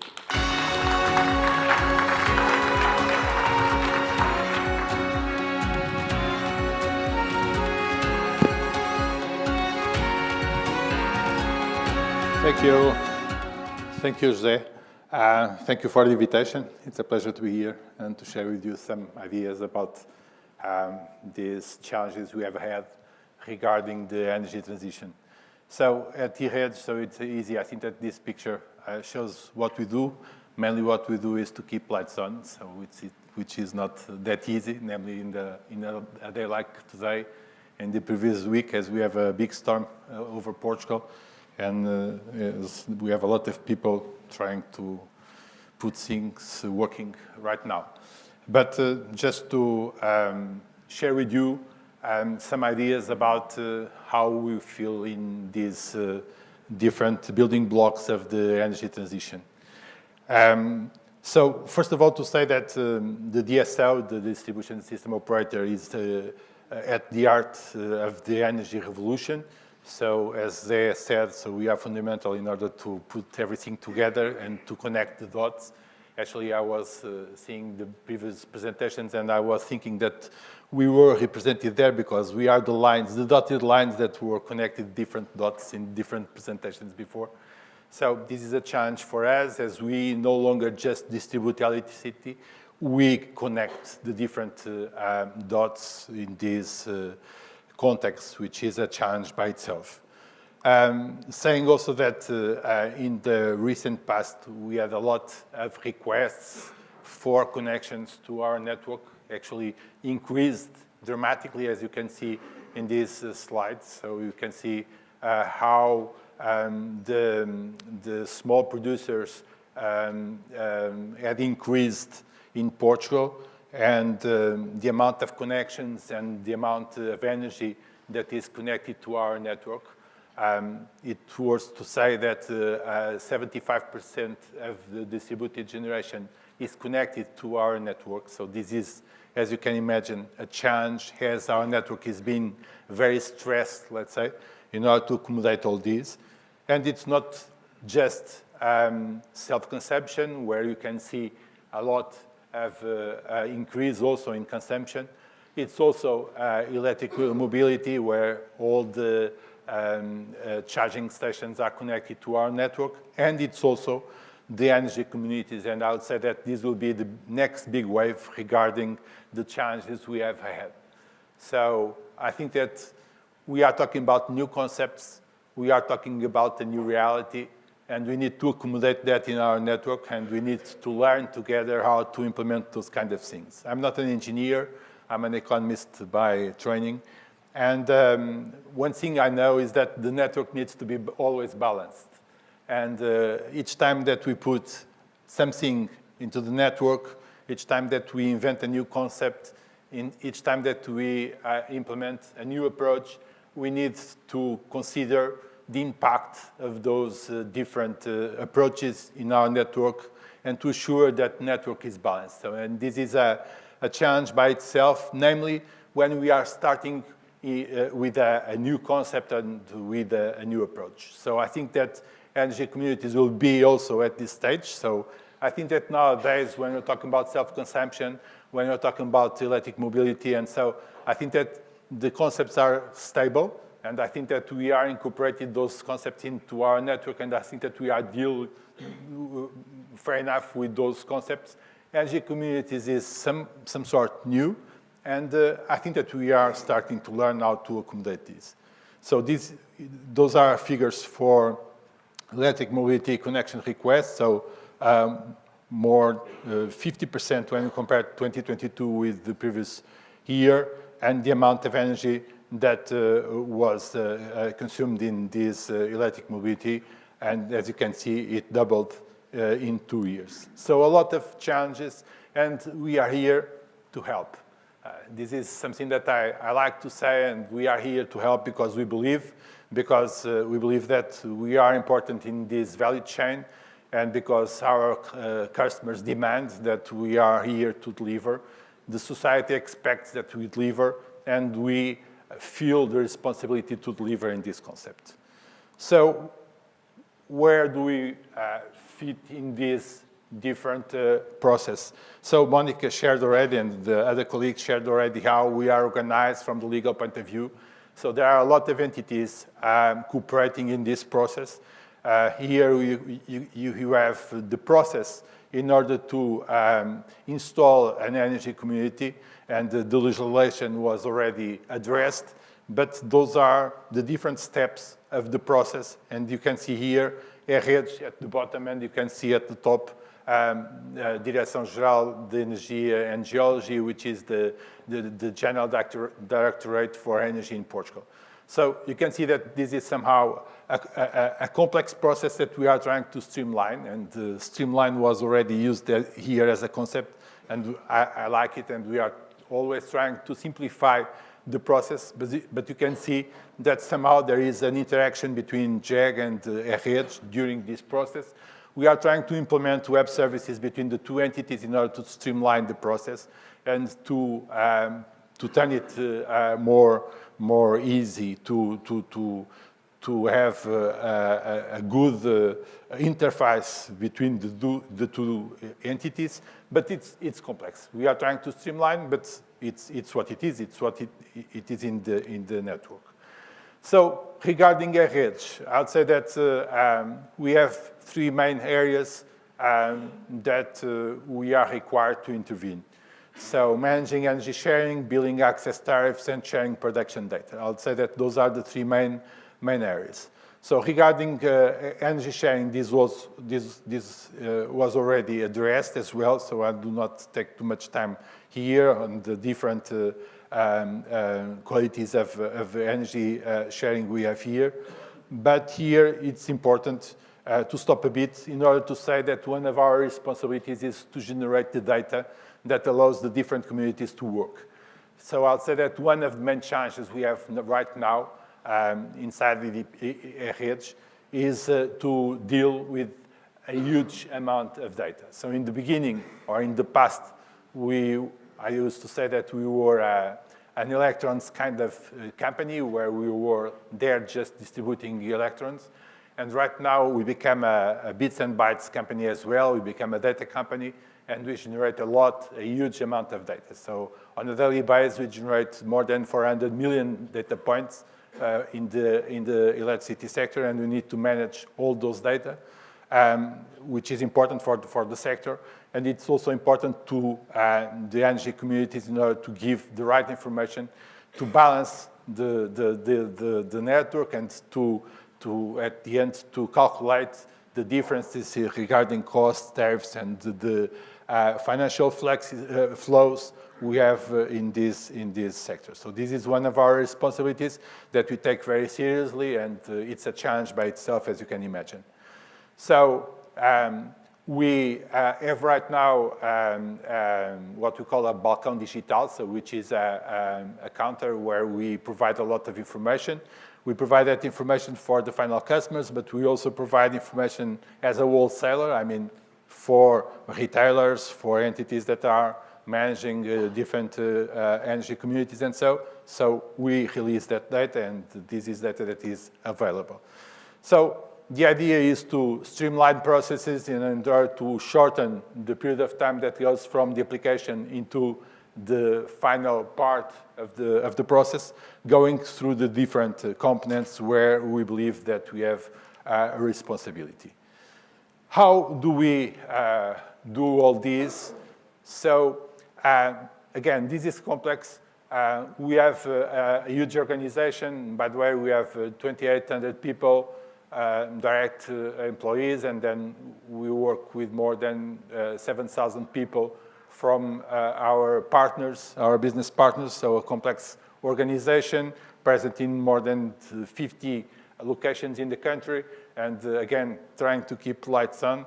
And this is new for us, and this is a new products, as I used to say. I used to call them energy transition products, because when you are talking about self-consumption, distributed generation, and electric mobility, and so we are talking about new products that were not present there, I'd say that 10 years ago or so. So those are new challenges we have ahead.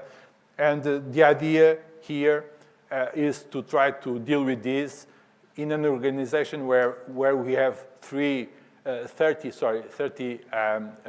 first-line managers, each one responsible for one part of the value chain of those products, and how to implement an approach where we can have a dedicated end-to-end process flow for those new projects. So this is a challenge, and the way as we have been trying to address this challenge is to use the IT concept that I believe that you all know, which is Agile, in order to create teams that can cut the organization across the different managing areas, in order to have an integrated vision about each request we have inside the company. So instead of having requests that go from direction 1 to B to C and so on, is to have teams, agile teams, that have an integrated view regarding the different applications we have, in order to have this agile approach and to try to speed up the process internally. So this is how we are doing for self-consumption.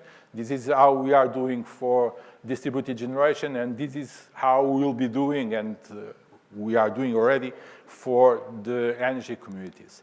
So there are dozens of people involved, so they answer to their squad managers, and these to the product managers, and then we have different product managers for each one of those, what I call the energy transition products, in order to have this integrated view regarding this particular challenge we have ahead. On top of that, we like to have a specific approach for the energy transition products based on the following 6 blocks.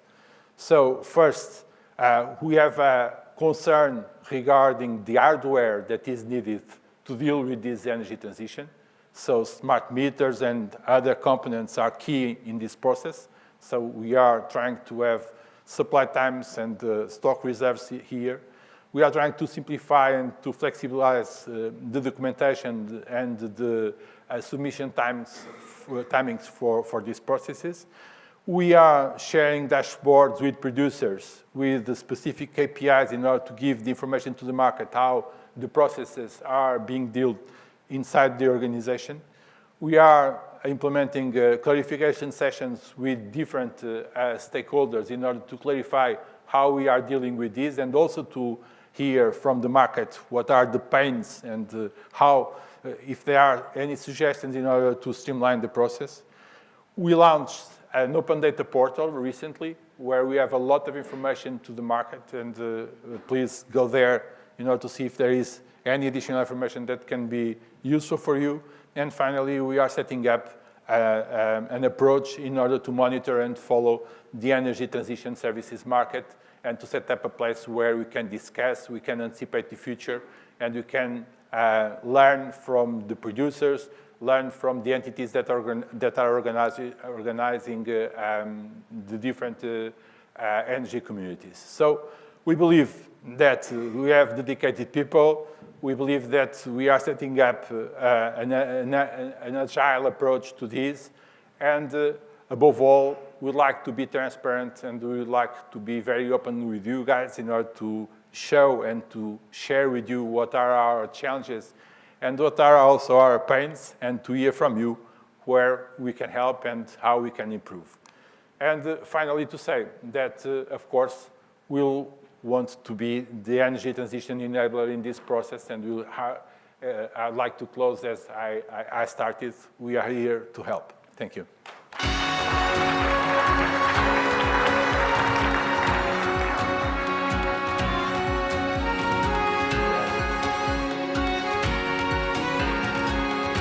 Well, thank you so much, Ferrari. I think it was a great perspective from a critical building block for the system to operate. And I hope it's also an example of moving forward, not only in the energy communities, but in the energy overall. And now, just before our coffee break, another building block that is very important, because you need to produce energy. You need to get the energy to the people. So it's with a great honor that I have one of our more important partners, Huawei, and I invite here Boek van der Wert to talk and share the challenge of technology side. Please. Thanks. Thank you.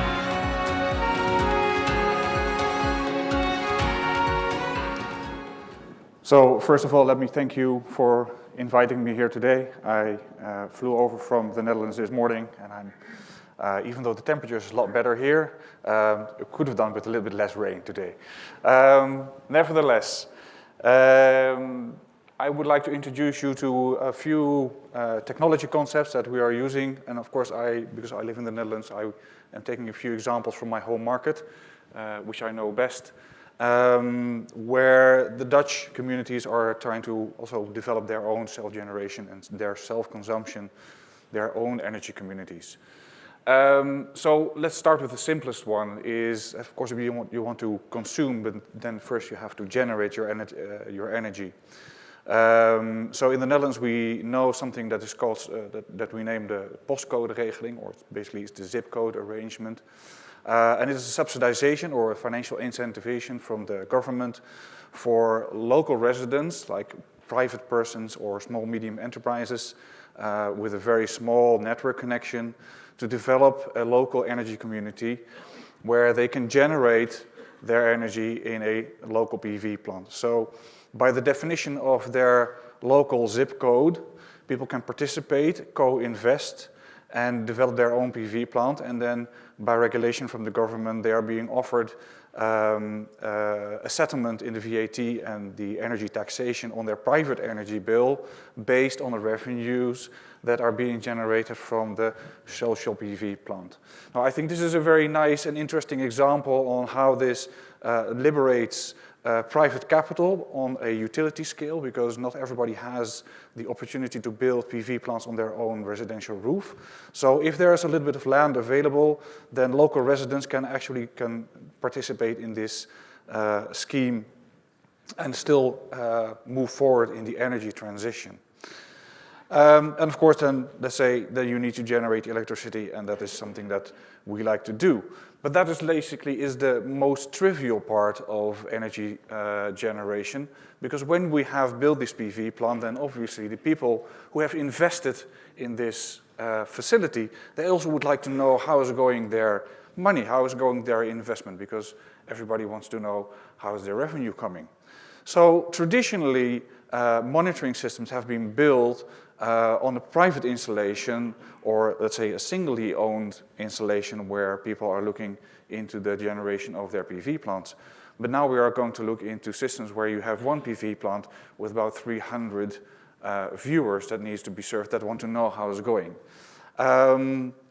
So we are building a hierarchical structure in our monitoring system. It is, of course, strictly compliant to GDPR. I think this is very important to stress because as we are adding more and more data, not only from our own private installation, but also from larger installation, the data that is being generated from solar PV plants is starting to become also more and more private defining information. The energy consumption that I'm using in my household more and more becomes a piece of information that is privatized and private information. So I want to make sure that when we are talking about data sharing, then we also must talk about GDPR, and we also must take into account that the cybersecurity of our information and IT systems is always up to the highest level to make sure that the transactions are being kept safe.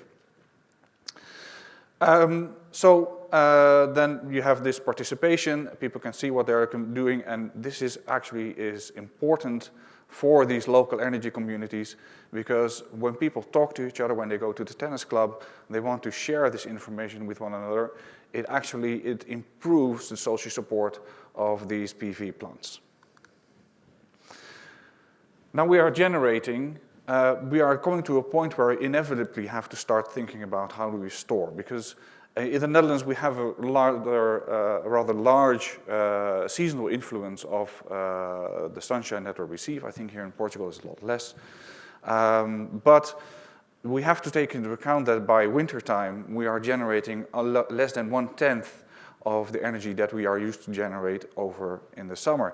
So batteries are not very well suitable to compensate against this seasonal imbalance, but they are very well usable for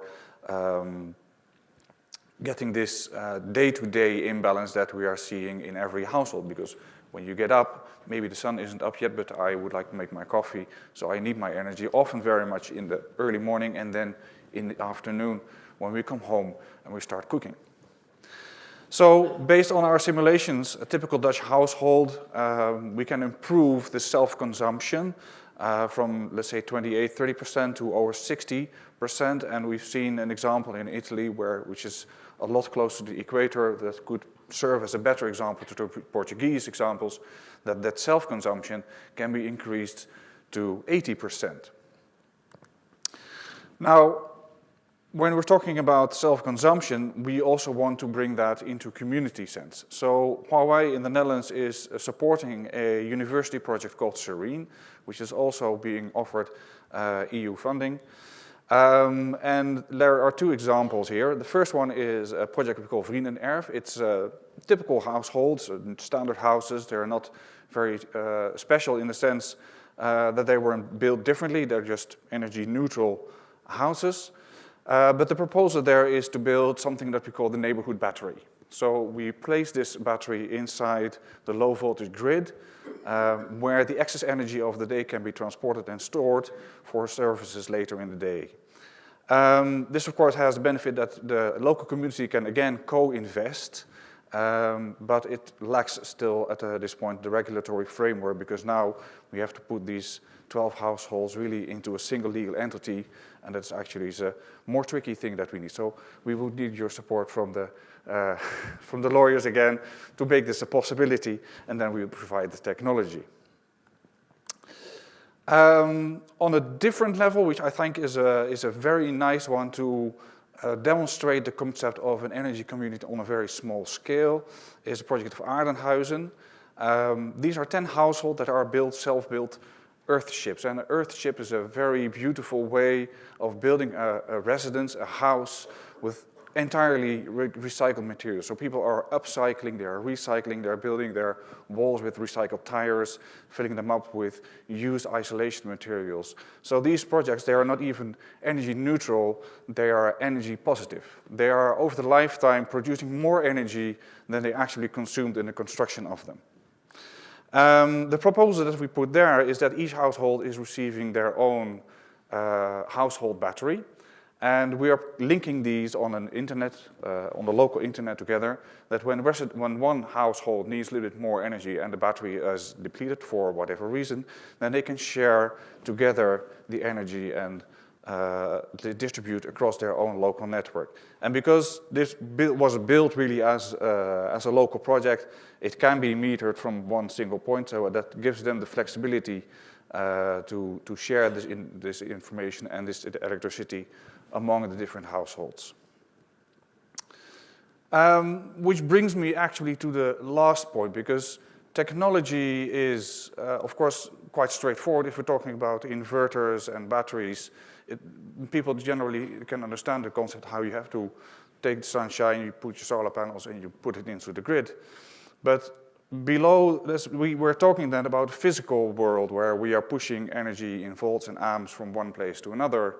But below that, which cannot be mistaken, is that we need an infrastructure on IT. We need a cloud, we need communication technology to bring all these technological assets together and make them work together. So I think that the DSO already explained that you need to measure more points. You need to measure the dispatch of your transformer stations. You need to measure the loading of your cables to make sure that everything stays in its right place. And this is actually pushing another technological revolution. So we're not talking about generating electricity, we're also about communicating about electricity. And we're going to do that in a more specific way. So 5G is one of the terms that we hear a lot, and we're talking about the Internet of Things. And one of the conundrums, one of the paradoxes that we see in here is that we need to build data centers. And of course, the idea is that a data center is an energy-guzzling building that's taking a lot of energy, and we don't always see the use of that energy.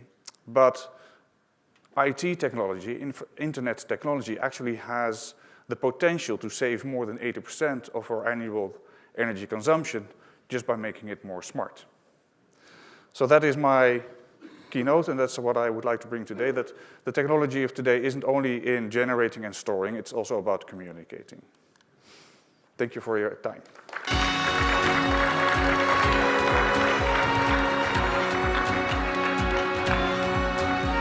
Thank you. You're welcome. Well, as promised, this was the last presentation before our coffee break. I think it was a comprehensive overview about all the building blocks and all the challenge, but also the opportunity.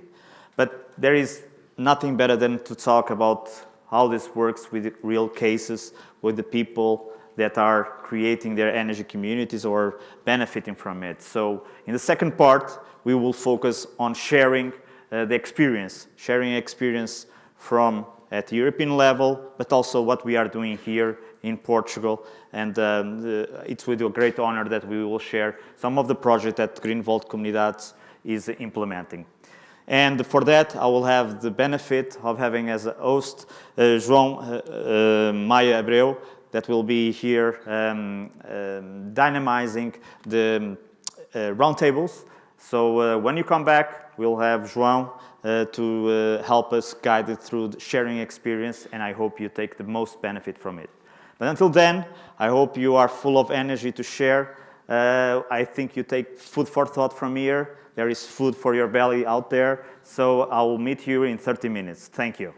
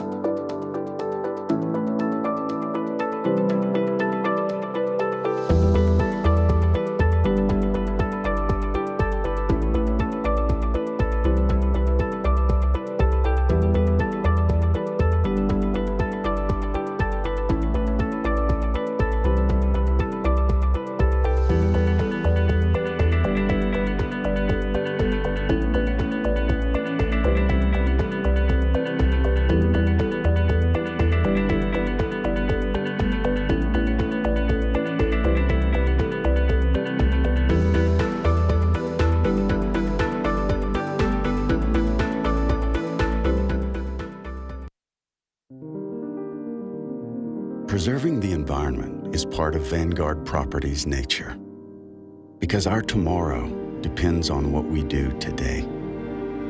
It depends on sustainable and efficient measures that can create a better future for everyone. It depends on architecture that respects the environment and local traditions. It depends on solutions that envision both energy sufficiency and efficiency.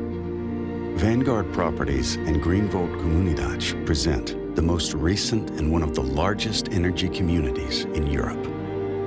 Located in Comporta, this project covers an area of 3,400 acres, where everything produced is shared and distributed among the community with no wasted energy. By installing solar panels in all residential, tourist, and commercial buildings, we can produce what we consume, and what we don't consume is distributed among the community.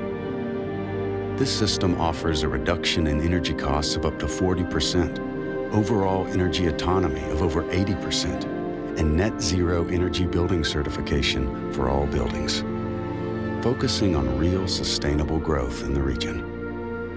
So if anybody asks, now you know. Nature lives at Vanguard Properties.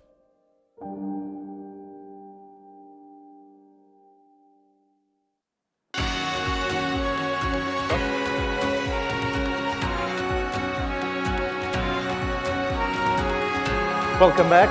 We start the second part of this summit regarding a panel that will help us go deeper a little bit than what we heard in the first part. So go deeper and have testimonials that give us, relevance about what happens in energy communities around Europe and collective self-consumption. To help us understand the reality beyond our borders, we have Nuno Brito Jorge, board member at RISCOOP, a Federation of Citizen Energy Cooperatives. Manuel Casquizo, Head of Programs and Initiatives at ADEN, the National Energy Agency of Portugal, and Rob Arnett, Senior Analyst at Bloomberg Intelligence. Welcome, gentlemen. Nuno, welcome. Let me start with you and ask you, how do you assess the potential of this energetic transition and self-consumption in Portugal nowadays and in Europe mainly, basically, to give us an example of what's being done outside? Thank you, and first of all, thank you, Greenvolt Comunidade, for the invitation to be here today in representation of RESCOOP. Talking about the potential, RESCOOP is a European Federation of Renewable Energy Cooperatives. We represent more than 1,000 cooperatives that include or actively engage in the energy system more than 1.25 million citizens all over Europe. About the potential for this, we actually took part in a study with Friends of the Earth Europe, with Greenpeace, with the University of Delft too, and we assessed that more than 254 million individuals have the potential to generate their own electricity. This means covering more than 54% of all the European energy needs. So about assessing the potential really is there. What we now need is the actual tools that will make all of this happen. And do we see two different velocities in Portugal versus Europe? Well, we see several different velocities in all Europe, actually. So it's we actually have a tracker. You're all invited to check it. It's on the RESCOOP website. We have a transposition tracker where you can actually check what is happening in every European country. And as was mentioned before, the transposition left a lot of room for national modifications or for specific provisions at national level. And this means not all concepts of energy communities are even the same in all Europe. So there was a lot left to, I think, subsidiarity would be the term for this. Mm-hmm. Portugal is actually a bit late compared to some other examples. We could look at Spain, for example, our neighboring country. They already have active communities, actually, still on a very pre-formatted mode, so with not much flexibility, but just sharing energy already. I would say we can be close to it, and we have just heard Aegean saying that they're willing to do it. We heard ERS also saying that they're on their way. So I think we have everything ready. We just need to actually stop announcing and start sharing. Manuel, how do you see it? Lots of potential, as we hear, and so how do you assess this potential and what the agency then provides and is trying to comply? So thank you very much also, Greenvolt, for the invitation. So what we see is, energy decentralization is already a reality, so we know that consumers already have adopted these solutions. What we see is with the increase of the prices, of course, now these kind of projects are being more competitive and more attractive. But we see in terms of numbers, so in 2004, we have a share of renewable energies of about 10%, and now the number doubled. But we see that the production of energy by decentralization, it's a small part of the process. So at this moment, we're talking, for example, in Portugal, talking about only 2% of the renewable energy is produced by decentralized energy. So what we see that we have an effort to do. And what we are doing, for example, at ADEN and also the energy agencies, is trying to promote and to engage consumers. So what we have done in the past few months, so we have developed a study. So ADEN, at the moment, it's at the presidency of the ENAR network. It's the network of energy agencies across Europe. So we have done a study to understand what can be the role of energy agencies at the national level to help to promote, engage in the promotion of energy communities. So what we see, it's the numbers, despite all this improvement in the energy sources, in the production of electricity with renewable energy sources, what we see is that the majority of the countries already have transposed legislation, but in this study what we see it's that there are still few countries that haven't transposed the European legislation, so there are still work to be done there. At the energy agencies, what we are seeing is that the majority of the energy agencies are already producing work regarding energy communities, so they have helping promoters, helping consumers to better understand, so better to engage consumers in the development of energy communities. So it's something that we see, it's not the future, it's already happening, but there's quite a lot of effort, of course, to do. So there's definitely a path to follow and to keep up the movement and the velocity, like we talked before. Rob, as an expert, what is the potential broad-wise in terms of the decentralized energy solutions? Well, I was struck very much by the number that Jose gave at the beginning, talking about 70% growth in distributed energy in Portugal over the last year. That's an incredibly fast number. I think that's the kind of number many investors could get very excited about. Globally, we think solar demand is on track to grow almost 50% this year. So the whole pie, not just the distributed piece. I spent a lot of my career in the traditional energy business, and the oil business is quite happy with 1% growth. So when you're looking at these kind of growth rates, I think there's a tremendous opportunity.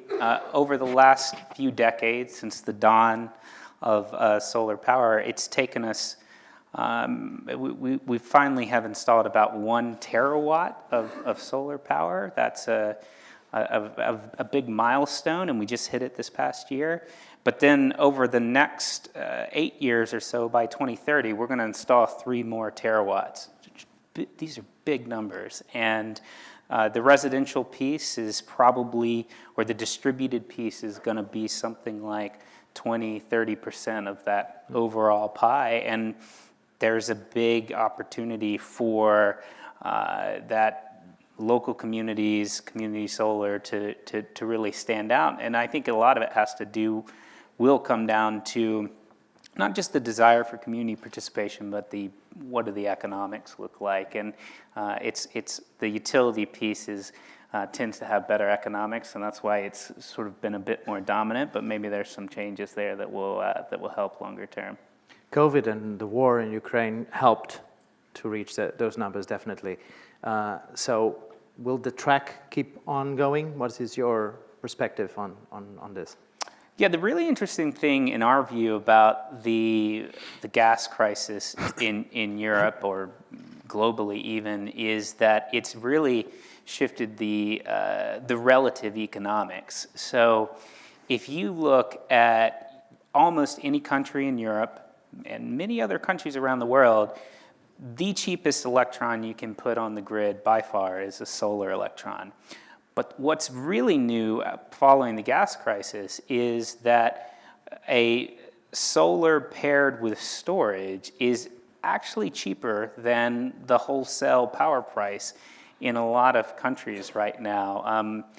For anyone who thinks in levelized cost of electricity, it's a bit of an esoteric concept, but you can do solar for, say, $40 to $50 per megawatt hour. Solar plus storage is closer to $100 a megawatt hour. And I just looked before we came on, the wholesale power price in Portugal today is about 100 euros a megawatt hour. So, this just gives you a sense that solar plus storage can look pretty economic. And I think we're going to see that as a big new trend emerging from this crisis. Manuel, how do you believe is the key element for the success of these procedures? Well, what we see in this study that I previously mentioned, it's that it's not only one factor, so we have a set of factors. So what we identified is 4 different types of barriers and solutions. So what we see that we have what we call legislative barriers, behavioral barriers, and what we call economic and also technological. So in the first one, of course, the main things, we are talking about 14 countries, and all of them say the same. So the first one in legislation is that the process is complex, so we have a bureaucratic process, the licensing takes too long, and we have, of course, tackle that. So second one, what we're talking behavioral, it's something just as simple as how do I start? So the majority of people want to do these kind of things, they don't know. So we are seeing larger projects. So of course, these kind of companies can help. So GreenVolt and companies can help. Is that one of the key issues in Portugal, starting? Yes. The majority of one of the things that Adani is doing at this moment, so we are giving advice, so it's free advice. We are giving, for example, to municipalities, and the first thing they say is, I want to start, I want to do it, what I have to do, where I have to go. So it's one of the things. So, and as I said, for example, the third one, what we are talking about, the economic aspect, is also the investment. It's also not easy to have this investment. And finally, when we are talking about the technological aspects, it's of course of the grid, the capacity of the grids, because we know, as we were talking in previously presentations, so we are putting a lot of energy in the grid, so the grid have to have this capacity to absorb. I just want to say one thing that, for example, in Portugal, for projects until 30 kilowatts, so the process is online, it works very well. So the things already it's digitalized. So we have to digitalize, so it's one of the things. So we have to have a one-stop shop for these administrative tasks, one place where people can go and take care of all the businesses is one of the things, one of the key issues here. But I think the main key, it's not a single effort, so it's not a single activity, so it's like a collective effort, a collective actions that we have to do to achieve this target. So. And what are the best examples that we have of local transition communities, energetic communities, yes. And so one of the things that we also have done in this study was to analyze. So we asked the energy agencies, for example, from Netherlands. We also asked them to give us some examples, real examples. So we have 36 examples that you can find in the ENR network, in our website of the ENR network, the network of energy agencies. So these 36 examples are across the different member states and also in UK. And I can highlight, for example, one of the, I will not talk about the Portuguese, we also have there two examples from Portugal. But for example, one example from Greece, it's from the island of Crete, it's the one of the major ones. So we are talking about more than 100 members. So we're talking about 80 members from residential sector. We have 15 small companies and also 2 agro-industrial businesses. So it's like a mix. That's one of the things that we want to highlight in energy communities. It's the mix of these different sectors that can contribute. We are talking about 400 kilowatts of capacity, and they are now developing another 1 megawatt. So it's something that I invite you to understand, to see these examples on the report that we have done. So there's different efforts and one of the different activities, and one of the things that I want to highlight is the majority of these activities, because one of the added values of renewable energy communities is the social aspect. So the energy poverty, for example. And this one specifically has also this role of energy poverty. So they are starting to emerge. We have a lot of examples that are starting to emerge. And this is one of, I can highlight, but you can see the report and you have there several examples. Okay. Noon, a key element. Is there one, perhaps not just one, but what is essential so that this brings to life and be fulfilled? Well, there is one that is maybe not mentioned enough, and it's actually the most basic one for us and for all the cooperatives around Europe, I'd say. Just one quick note to say that at ResCoop, we did a lot of work with all these legislative packages. We actually also like to think that we help foster the initial proposal by the Commission, and we were very engaged in all the public discussions throughout the whole legislative process. I would say that the key element that we say is around the ownership. So it's about the local side of ownership, because if there's a business model, probably an energy community will work. But the key element is to make sure that energy communities don't serve only for people to have access to cheaper, decentralized electricity. And that's why in the definition you can see that there's a lot around value creation. So it says value creation rather than profits.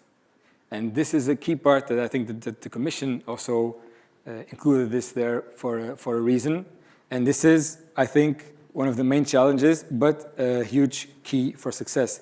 Once people can have cheaper electricity, but also ownership, and thus creating more local value, saying that services stay in the community, profits stay in the community, then you have hugely potential, hugely bigger potential gains for the whole community. And then you're not just providing cheap electricity, you're actually making consumers the center of the energy system, which is where they actually should be. Mm-hmm. And you have that direct relationship with the producer, consumer. So how do you see, is there a will to go forward and to develop that in terms of communities? Is that the will is there? What lacks? What's been keeping Portugal behind? Well, in Portugal again. Well, I have people here that are as much engaged in all of this as I am, and we at Copernico, for example, I'm also the president of the board of Copernico, which is an energy cooperative, not an energy community according to the Portuguese definition. It's not the same in every European country, but we do think we are a community anyway, and we are a community anyway. We've given some important steps. We now have a much more robust framework. I think Monica gave a beautiful presentation, a very complete presentation about the framework in Portugal, which is actually very useful. I think it's just about putting it in practice. We even have, at Copernico, we do have 2 energy communities that have already been approved by JEG, who was also mentioned here before, but we're all learning by doing, I think. So it's all the startup way in a sense now in Portugal. So I think that what is missing, it's definitely not financing, it's not technology. We've also seen the technology. It's not the communities. There are a lot of them registered already. It's a framework, the legal framework. Yeah, overcoming the legal barriers, or not even legal barriers, just the implementation of what is foreseen in paper, maybe. And what good examples do we have in terms of Europe? We have a lot of examples. So first of all, not only so you can be a community in different types of actions. The initial proposal for a definition for communities was actually something broader. It was something around, not this wording, but something around when people or energy consumers get together to engage in some sort of activity that will resolve common needs in the energy space. Now we have storage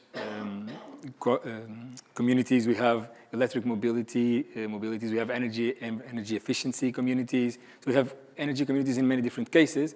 I think one of the big success stories that we can share from Europe is from Belgium, from EcoPower. They're also a renewable energy cooperative, where they were able, because they have production and they have consumption, they can actually do the balancing. They have hydro, which means that they were able to stay practically immune to all this energy crisis. Mm-hmm. So there were already several, but now they have a waiting list of people wanting to become a member and to become a client, because they actually are energy independent. They generate, they consume, and they balance it. They don't need anyone else in the mix. Rob, how do you evaluate the European Commission's objective of solar self-consumption representing 25% until 2030? Is that feasible? Is that... Yeah, I think generally speaking, solar is overperforming in some sense of its contribution to global objectives to promote clean energy and reduce emissions. If you look at wind, it's sort of the older cousin of solar, and it's kind of growing steadily, where solar is a true hockey stick. There's a famous hockey stick chart in climate world.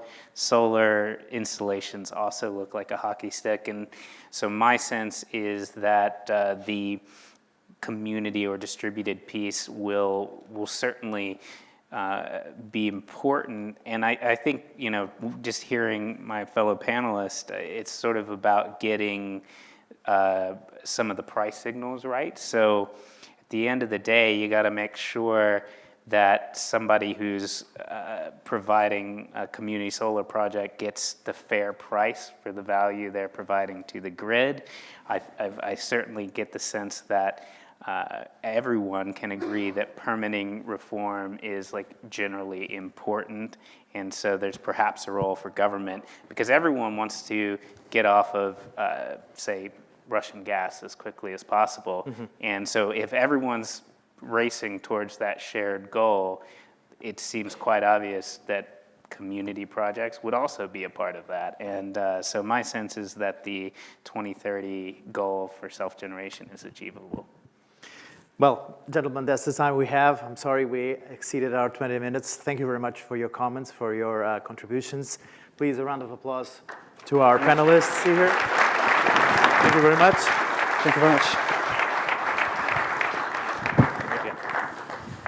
And we continue. Now it's time to talk and listen to testimonials from Portugal. And so our next panelists are José Cardoso Botelho, CEO of Vanguard Properties, Nuno Tavares, General Director at Longa Vida Portugal, Francisco Sousa, School Os Maristas, e Isabel Mingues, da Provedoria da Santa Casa da Misericórdia, provedora da Santa Casa da Misericórdia de Cascais. Welcome.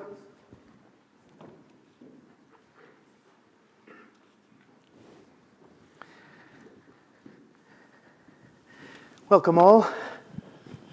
José Cardoso Botelho, what is the Vanguard's Properties goal in creating an energy community? Well, thank you first of all for the invitation. Well, the Vanguard at Comporta, so we have 3 very large projects, as you could see in the video.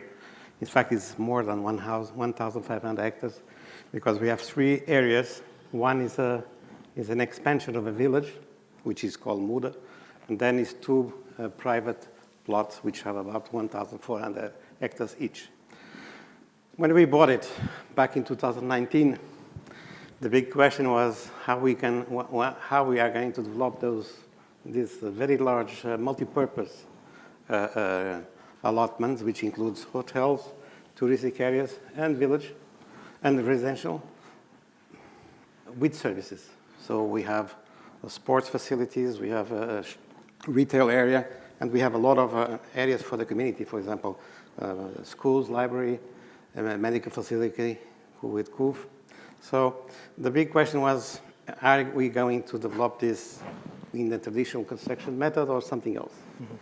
After very extensive work, we have decided that we should develop it changing the normal method we use in Portugal, normally in the concrete, so starting to build comporta using engineered wood. And that completely changed the program, initially thought, because wood, so engineered wood, we call it a wood frame and CLT technology. The houses are, all of them are NZEB, so they're very efficient in terms of acoustics, the energy, etc. Wood does capture CO2, so in terms of the CO2, we have a very special situation with this project. And we decided to move forward with the construction ourselves in Portugal. So we bought a number of companies in the country to be fully capable to supply our own needs and in the future to export. With that, one day we are looking at subjects linked with water, so we have very efficient also in the use of water, energy, the electric mobility. Just to give an idea, every single house that is going to be sold have at least one bicycle, electric bicycle per room. So we are talking about more than 6,000 bicycles. We built 40 kilometers of pathways for bicycles in our projects. And then one day we were looking at the subject of energy, and we had luckily we have both fans of LinkedIn. And so José said, José, I think I have a very good idea for you, which is the community energetic community, which was something that we were chasing for a while. We didn't find a proposal, but then when we had this first conversation back in January 10, we thought, well, this is the perfect thing to now we have the water supply, the water subject, the energy subject on the site solved, the construction method, and now this is the last part we needed. So that's why we feel that the Green Vault and the energetic community for us, it's absolutely a fantastic solution. Reason why we went forward, and so now we are in the stage of starting the installation. And it's a big investment for you, for your company, a very big investment, but also focused on decentralizing services, yes. like you said. So having a focus on putting the communities to work also. Yes. Benefit, but work to the project. Of course, that's one of Was that important? Very much, because we have to integrate the communities in our projects, and we do that in a number of ways. So there are a lot of people working for us and with us. So they supply services to our community, to our customers, and of course, if we have this energetic community, for example, we are very close to 3 sites to the village of Comporta itself, Carvalhal and Muda. So the objective is to share energy with them. So the community, and that's sharing is also a subject that is close to our heart. Nuno Tavares, what impact does this community of energy bring to a company like Longa Vida? For us, first of all, José, thank you for the invitation and Green Vault. It is the answer to the perfect storm, because we have the prices raising up. We have we are part of the problem. So sorry, everybody. We are our product. We sell yogurts, so we have come from the cows to the consumers. We have a big value chain. And I saw the graphic. I was aware already of the numbers. We are in a big part of the problem. So we have goals to have a carbonization, net carbonization in 2050 as Portugal. So for us, it's a perfect storm with a big project. So we are very motivated. Still not in place. So we are starting the work as a community. It's important for us because we are in Matosinhos. It's a historical company in the north of Portugal. We hope that we can mobilize a lot of companies around, still a very industrial zone in our country. So we hope we can mobilize more companies to build this community. There's an urgency in all of this. Yes. Climate change, not only, but also you have to focus your investments. Was that the natural shift that happened, the change in focus? I wouldn't say natural. I think it was a little bit linked to the context. With this context, I think we speed up the need. it was very quick. There is a big project that was very quick to put in place. So I think it was How did it start? a combination. It started, I can tell you, with the negotiation of the prices of electricity 1.5 years ago, when we started to see, we cannot afford this, we have to find solutions. So there was the Greenvolt proposition, and it started like this, very, very simple, but all of this, after also the group started to have big pressure to have to reduce the CO2 emissions. So it is a perfect storm, as I said. Isabel Miguel, what are the benefits of the energy community at Cascais, and why is it important to give the exceeded energy to the community? Good afternoon, everyone. At this moment, my English is not so good to speak without paper, and I write some words.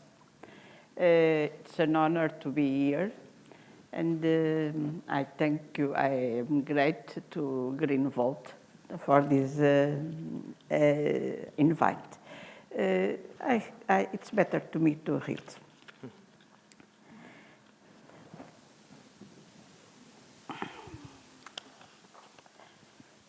As Greenvolt News, I don't have many knowledge about energy itself. However, I know a little more about communities and even more about poor communities. Our institution at Cascais, called Misericordia, works every day about 50,000 people, children, elderly, families, and disabled people. They really need our support. We have about 500 workers, and this work is very, very hard. Bicesse Kindergarten is located next to social neighborhoods, and many of our children live in this neighborhood with their families and that have many difficulties. So this project of energy communities seems very easy to me. Greenvolt Comunidades provides us energy, less costs, and the surplus energy that we produce and do not consume will be shared with this group of families with needs. Very, very easy. It's a win-win-win. We win, the families win, Greenvolt and environment win. We believe that with this solution, these families will be able to live a better and more comfortable life, and at the end, the whole community will benefit it, because social work gives and receives, all of us. Sometimes we need help, sometimes we can help. Is the movement, I think it's good for society. Let me see something very easy. I want to say thank you to Greenvolt for this opportunity. I want to thank to João Pinheiro da Silva, he's not here. He brings me to this problem. And for that moment, and to José, that it's crazy for me. I know nothing about the energy, but it's very interesting. I don't know. No problem. The words are not any problems. Really, if we can do, if we can share, it's very good. Thank you.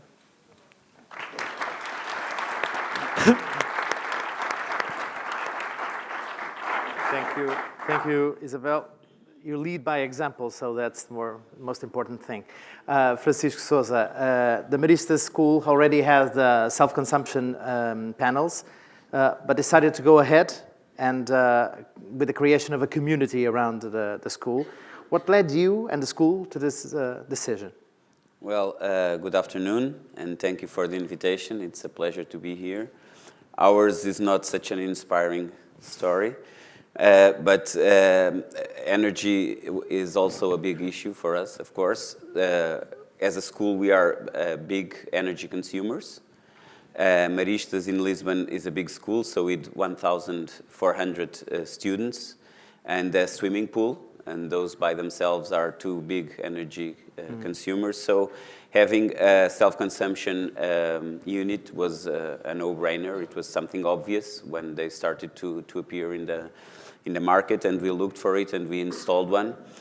But our profile, so our consumption profile, as most schools, has pros and cons. So a big pro is that we consume mostly during daylight. So solar energy is important for us.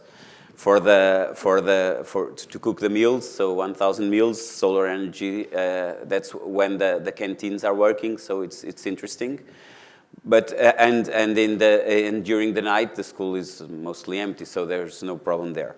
But as a con, we lower our energy consumption a lot when the summer comes, and that's where you have a larger production. So we wanted to grow our self-consumption unit, but we knew that it had a limit. There was a limit to that, because we would be producing a lot of energy that we would not be using, and storage wouldn't help much because we won't be using it until the next winter. So it's no use if you're producing a lot in summer days and you don't need it. So we were looking at solutions, and that's when the idea of an energy community came. And for us, it looked like the best option and an ideal solution. So it's almost as if the concept was built for consumers like us. We're already a community. We're an education community. So on top of that, we'll have now energy as a community also. And we have a profile that matches with, for instance, our families. They consume, our students' families, they consume at night. And they consume in the weekends when we don't consume. They consume in the summer because they have cooling systems when we don't consume. So having a community that helps us share energy with others that use it at times that we don't use it seemed like the interesting move to do, and that's why we chose this option. How is it received in the community, in the population? Well, for now, we're starting it. So students know about our energy production. They still don't know about the community. Within the Marist congregation, so we belong to a Catholic congregation, it was well received because sustainability is a priority, and that's always important when you have to present an investment and you want it to be approved. It's better that it's aligned with your stakeholders' priorities. So we had a lot of success there, and it's something that they were also looking at in Spain, because our congregation has both schools in Portugal and in Spain. And it was good to see that we had good solutions in Portugal, and that the legislation was there for us to use it. So up to now, it's been a success, and it's aligned with our goals, both at the sustainability, but also at student involvement and with the whole community involvement. José Cardoso Botelho, what are the benefits in terms of local communities of what your actions were until now? Is that in line with what you said in the past, that you want the people to get something in, not only receive, but create something inside of them? So develop that need and urge for the people to feel comprised with the energetic transition also. Yes, I think it's also important to say that we are basically building a project for a premium and luxury. And every single customer, Portuguese and non-Portuguese, they believe that sustainability is already something absolutely crucial. So for us, it's to have a project designed this way is the only way to be profitable, because everybody now thinks that if the buildings are not sustainable, not efficient, they will lose value in the future. And nobody likes to, regardless of the amount of money you have, nobody likes to lose money. So for the population, of course, one of the reasons for them it will be they will be buying energy at a cheaper price, which is something they, of course, is very good news for them, specifically on the moment we have today. So, and it's one of the ways we are going to use to integrate people in our project. So there are a lot of ways that we are doing so, because we cannot impose ourselves, because we are a very large project which completely changed the landscape. But not the landscape in the sense because in fact economics. One of the things is the only way to fight the poverty in the area is to decrease the seasonality, which today is still something concentrated in July, September, and then everything disappears. What we are doing with the sports, literature, healthcare, etc., is to have people all year round, people that are going to live there. COVID changed a little bit that also, right? A lot, and for the good. So there's a lot of people that are willing to go to visit, but to live in Comporta because they are very close to Lisbon. Technology is going to, telecommunications is improving, so people will believe that they can really have a very good quality of life there. For that, of course, we need to, since there was the public offer is not so, the quality is not so good, so we decided ourselves to design with the CUF, and we paid the full clinic in Comporta for everybody. We are doing 3 hubs of an international school. 30% of the students are for free, so we give them 30% of the entire enrollment is for free for local people. And so we are doing a lot of those kind of investments that to have the community with us. And we are doing, time to time, we do some research, local research, and we see that people more and more are convinced that this kind of development is also good for them. Do you see already results? Do you see that people are, changing a little bit? It's soon, but changing mentality a little bit? Yeah, well, we understanding what's one of the things we are doing with we have a scientific advisor, Manuel Plas Pereira, is a physicist, and he's one of the fellows that has been working with the renewable energy for many years. So he has done his PhD on the area 50 years ago. So he was very interested in this project because it combines energy with the construction method. And he's doing some, we are doing some with schools, delivering presentations and books about sustainability. And we can see that the young people are very, very now committed with the sustainability and about energy specifically and the water use. So these are also the ways that we try to integrate the community started by the younger people in our projects. At what point are you in the project? What is the next? We are starting very soon the installation of the first panels because we are now close to the end of the infrastructure. So it's a very large infrastructure. As I said, with over 40 kilometers in road, so it gives an idea of the size of it. So one of the projects is basically finished, and the other one in 5 months. So now we are starting the first installation on the common areas with the solar panels, and then it will continue. When do you foresee to start? The first installation, I think it will be ready in the next first trimester of 2023, and then we will go from there. From there. Francisco, talking about schools again. In terms of impact, economic impact, can you assess what will be for your community this impact of your community development? Well, for the school itself, the unit that we had, we've installed it 5 years ago, and it's been paid for. So economically, that helped a lot. Yeah. That helped a lot to justify this investment now.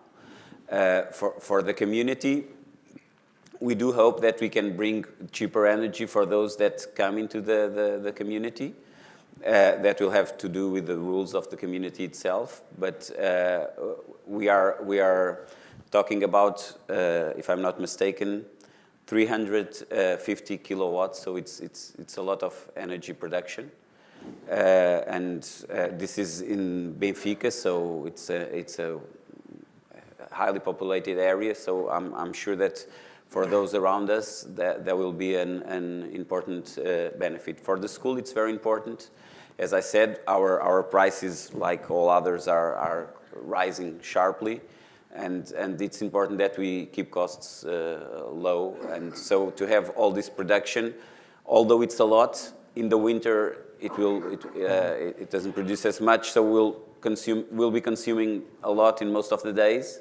But then throughout the other months, so from April until October, something like that, we'll certainly be sharing a lot with the community. What are the next steps in terms of providing to the community? We hope to have things running on the second trimester. So between April, something like that, we hope to have everything concluded. First as a self-consumption because of the regulatory issues, but so everything that's building and will be ready. And we'll start production, and as soon as it is possible to have everything registered and to transform the self-consumption into an energy community, we'll go forward. Let's hope to have it this next year, so until the end of the 23. With results. Nuno, Longa Vida has been present in Perafita near Porto for decades. Looking at the local community now, what impact do you foresee with the implementation of this project in the Perafita community? Well, as I told you, we think that being the first, we are going to mobilize other companies. Something interesting, it's part of history. Part of people that are working in our distribution center are living there, living close to. So it's something. It's a good correlation. Also, people that were working now in retirement or already retired are living there. So in terms of consumers, I think it's going to be easy to build something that can be very emotional for the company and for the zone, because this zone is very Longa Vida is very present there, and everybody knows. It's very emotional. It's a brand that everyone knows. It was the first company, a chilled dairy company in Portugal. It was born in Porto. There was a factory there, so there is a very symbolic situation of the company nearby. And what are the next steps for you in the Longa Vida? We are starting the first technical visits. The implementation is forecasted for April next year, so full speed for the summer, because it also very nice is the correlation between the production and consumption. So in the summer, more production and also more consumption. So it's a good fit. So next step is put the things on the field. So a lot's happening in 2023 in all your cases, so that's fantastic. Thank you very much for your testimonies, for your expertise, and for your examples. Thank you very much. A round of applause, please, for our panel. Thank you.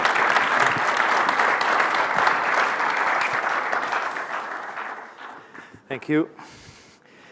And now I will call now on José Queiroz de Almeida, who's CEO of Greenvolt Communities, to the stage. José will be presenting a new project by Greenvolt Comunidades. José.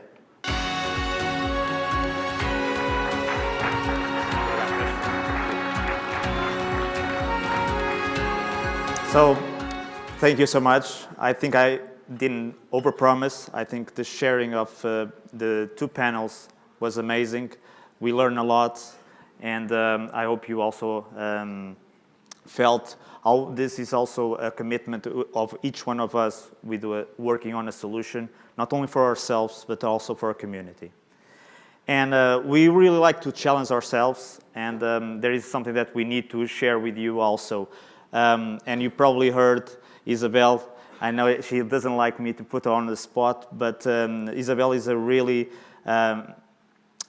person that can drive you further. So, and I'm sharing this for the first time, but so when we were developing, as you know, our company has less than a year, but we really like to push forward where we can go and help.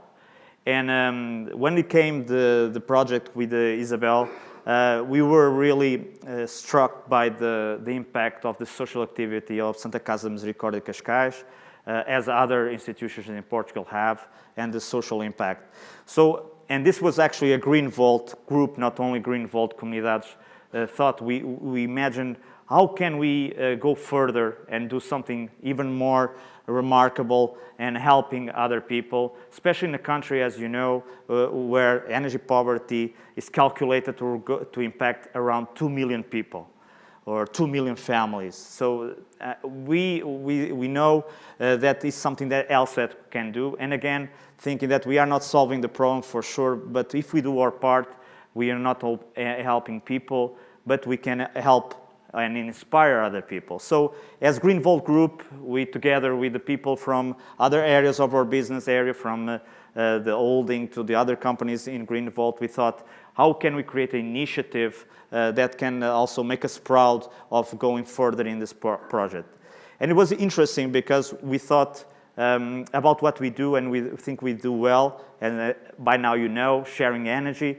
And we thought, how can we take this positive in an additional positive? And actually, energy communities or collective self-consumption, one of the benefits is that you don't need to concern about the consumption of the installation, as we explained. So one of the benefits is if you don't consume the energy on the spot, you can share it. So we thought how we can use this to benefit even more. So, and connected also what Achille said here about what our priorities right now is the energy, but it's also the energy efficiency. We thought, okay, let's get out of our comfort zone and do something that we don't do as a business, and that is energy efficiency. So it's really with my great honor and in the name of the company GreenVolt Group to present you our project that I ask first to roll the video, please.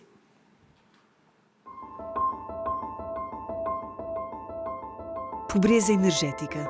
Sabe o que significa? Significa não poder ligar o aquecedor quando sente frio. Significa não estar protegido das temperaturas extremas. Significa não conseguir suportar os custos energéticos. Mas significa, principalmente, não viver uma vida confortável. Queremos estar ao lado de quem todos os dias contribui por um futuro melhor. Saiba que não está sozinho e que existe solução para a pobreza energética. E esta começa também em si. Começa em nós. Anualmente, a GreenVolt Comunidades apoiará uma instituição social para que se torne mais rica em eficiência energética e que, simultaneamente, as pessoas que dela dependem tenham acesso a melhores condições de vida. Acreditamos que todos temos o direito a uma vida confortável, através de energia limpa e mais barata. A riqueza energética começa em nós.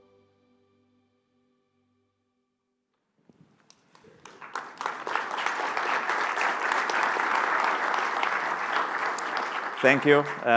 This round of applause is for sure for the team. And again, I'm not saying all the names of the people, but they know how they work. And I'm really proud to be their spokesperson.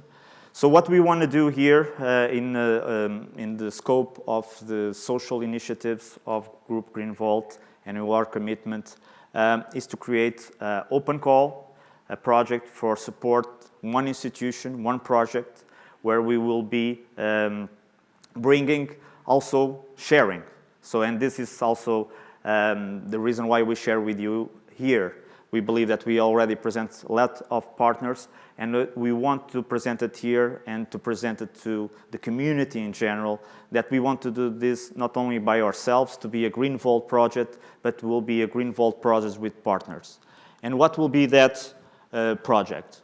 So we will every year commit at least 80,000 euros from our side, and we will invite other partners to participate in contributing to help one institution, both on the energy generation and energy efficiency.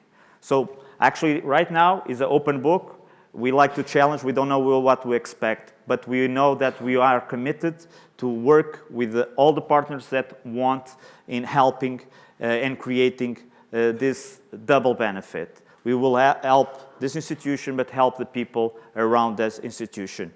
And again, if we work on the energy efficiency, doesn't matter, because the efficient as we are and the consumption, if we reduce the consumption in that institution, it's not a problem, because we'll increase the energy that we can share. And there is the scope of the share. The more we share, the more we have. And that's why we believe that energy efficiency, together with local energy production, can have the benefit that we are aiming. So this is how it will work. So we will, again, having the open call soon, and we will invite two things. We will invite, of course, candidates, institutions that want to apply to this program, but we will have also an open call to partners.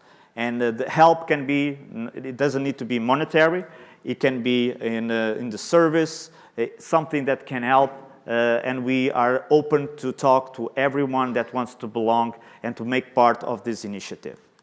So really quickly, just to give you overview how we will plan to do this. So we will do an open call. There is a website that we will disclose, and we will allow the applications. And then we will have a process of selection of this process that is always hard. But for that, we'll have a jury of external entities and persons that will help us to select the project. And together with our partners, we will develop this project, implement it on the fields, both on the sides of the energy generation, of the energy efficiency. And our promise and commitment today is that next year we will be here to present you the results of that support and launching the next year. So again, if I can ask another round of applause for the team and for the effort they put here, I will ask you. Thank you so much. And last but not least, I think in name of the Greenvolt Comunidades team, I will ask to come to the floor João Manso Neto, CEO of Greenvolt Group.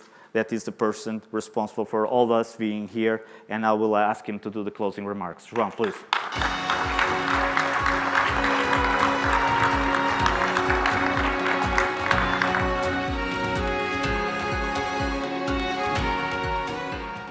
So good evening to everybody. Thank you very much for having participated in this session, which I believe gave a good input in terms of discussing these kind of issues. I will be brief, and let's give you our views about how do we see energy communities and self-consumption in general.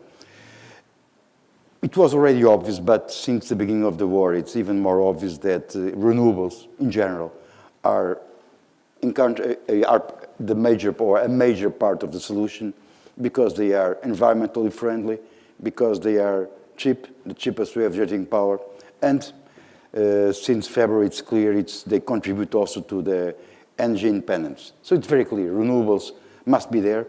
The question that you have to answer, all of us, is, if it's so obvious, why don't you have more renewables, namely in Europe? And the answer was, today is very clear. The bottleneck is in a place which calls permitting. It's difficult to permit. If you see in all of the countries of Europe, you see and also in the US, a very big problem in permitting has to do with environmental, has to do with grid. Can this be solved? I would say make it less difficult to do the permit. Can be less difficult. Bureaucracy should be reduced. It's clear. But there are big, difficult things that cannot be completely solved. I'm speaking about the conflict between biodiversity and big renewables. It's a fact.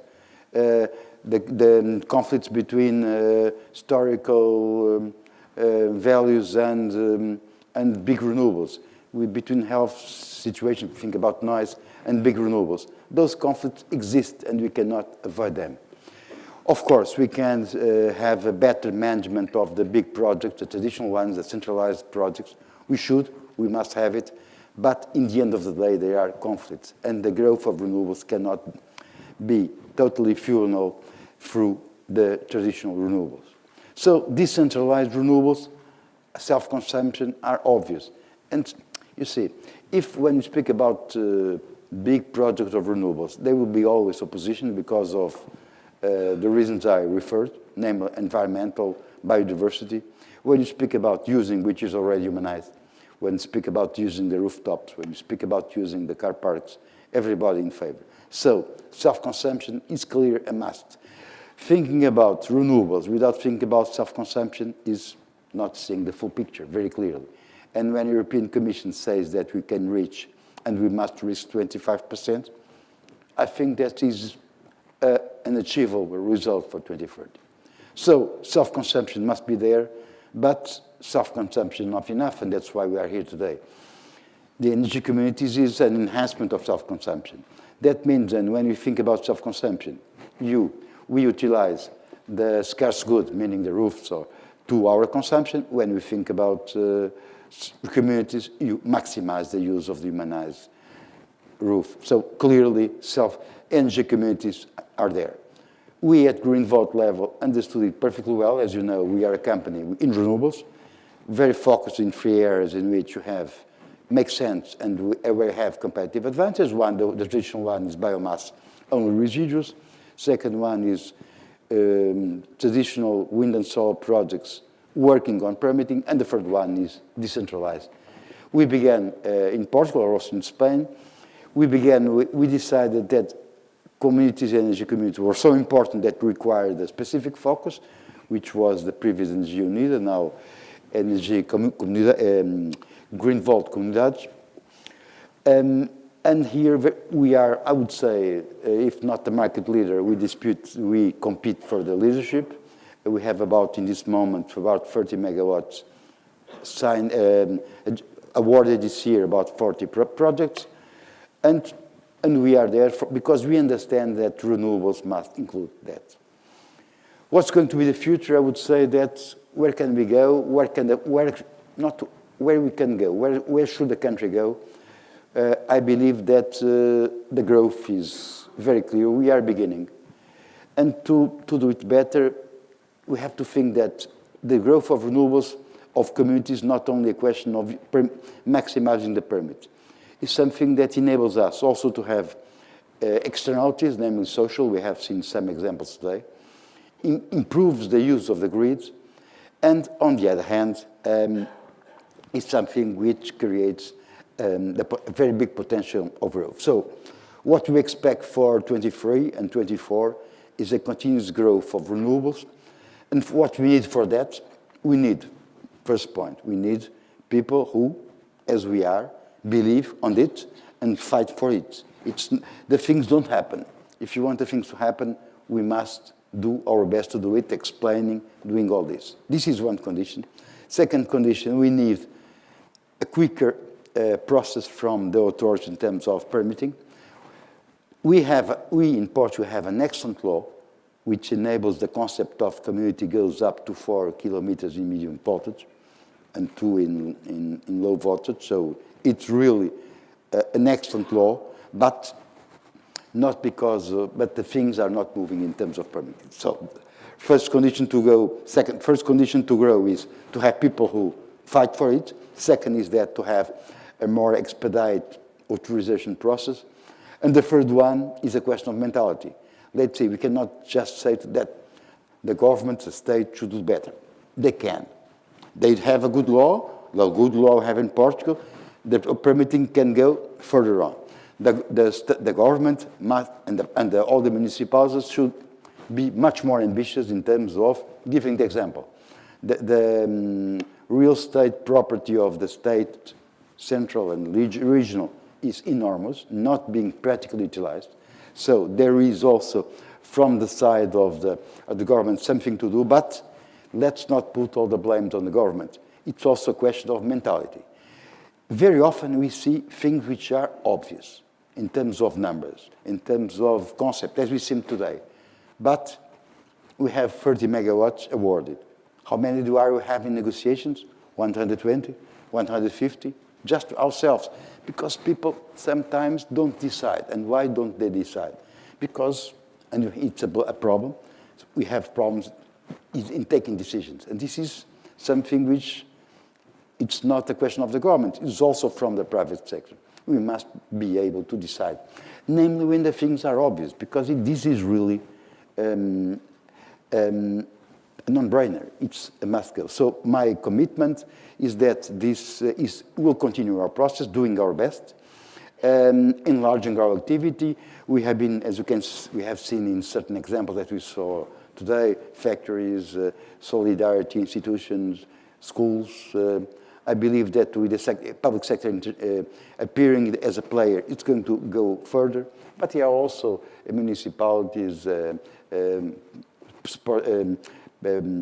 sports pavilions, which are very clear. So we'll do our best, not only in Portugal, but also in other countries. Spain is a country where we are already in self-consumption. And we are, today, in fact, we approved the plan to begin doing it, using and exporting the platform that we developed here in Portugal with Portugal knowledge that we're going to export abroad, to the beginning to Spain, but we are also working strongly in other markets like Italy and Greece, where we expect to go. So, frankly, for me, if there is something which I have no doubt is that self-consumption in general, in particular, energy communities are there. The government can help further, but let's not blame only the government. It's a decision that all the society must take. We'll do our best. We'll continue. For us, there is no limits. And so, again, this is basically what I'd like to share with you. Total commitment of Greenvolt, of having this focus, and the promise that we'll continue to do our best on this. Thank you very much.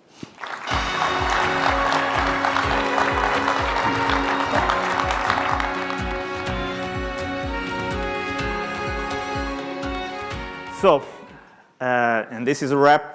I hope you really enjoy it as we enjoyed having me here. It was a pleasure and an honor to receive you, to share your time. That is probably the most scarce asset that we all have as humans. We believe that having you here is very important to not only to share what we did and what we want to do, but also to influence the people outside, being in Portugal, being in other countries. So just before the cocktail, where I invite you all outside to share your thoughts with everyone and finding maybe a solution for your problem, I just want to do, as it's normal in this kind of events, a quick list of thank you notes, if you allow me, starting, of course, with Greenvolt and João, of course, for believing in the project. At the Greenvolt family, I would say family, Greenvolt Group, in particular our partners, Greenvolt Next Portugal, that work with us implementing our projects, our partners on IT Digitalmente that are here, so a big thank you. Of course, a big thank you to all the partners of this event for believing. This is the first, and we will never forget the ones that trust us, not only with the communities, but also for this event. I don't want to forget, but Vanguard, Properties, CMS Lawyers, Longa Vida, Huawei, Bloomberg, Centro de Congressos de Lisboa, and the Jornal de Negócios. And of course, last but least, and it's my last words until present you and let you go to the cocktail, I want to thank the specific team that organized this. So I ask you a round of applause to Marta, Inês, Duarte, Sabrina, that work very much for this. And last thing, I hope you see it 2023. You are all invited, and we promise to bring you and share our energy, and we hope that you bring your energy to share. Thank you very much.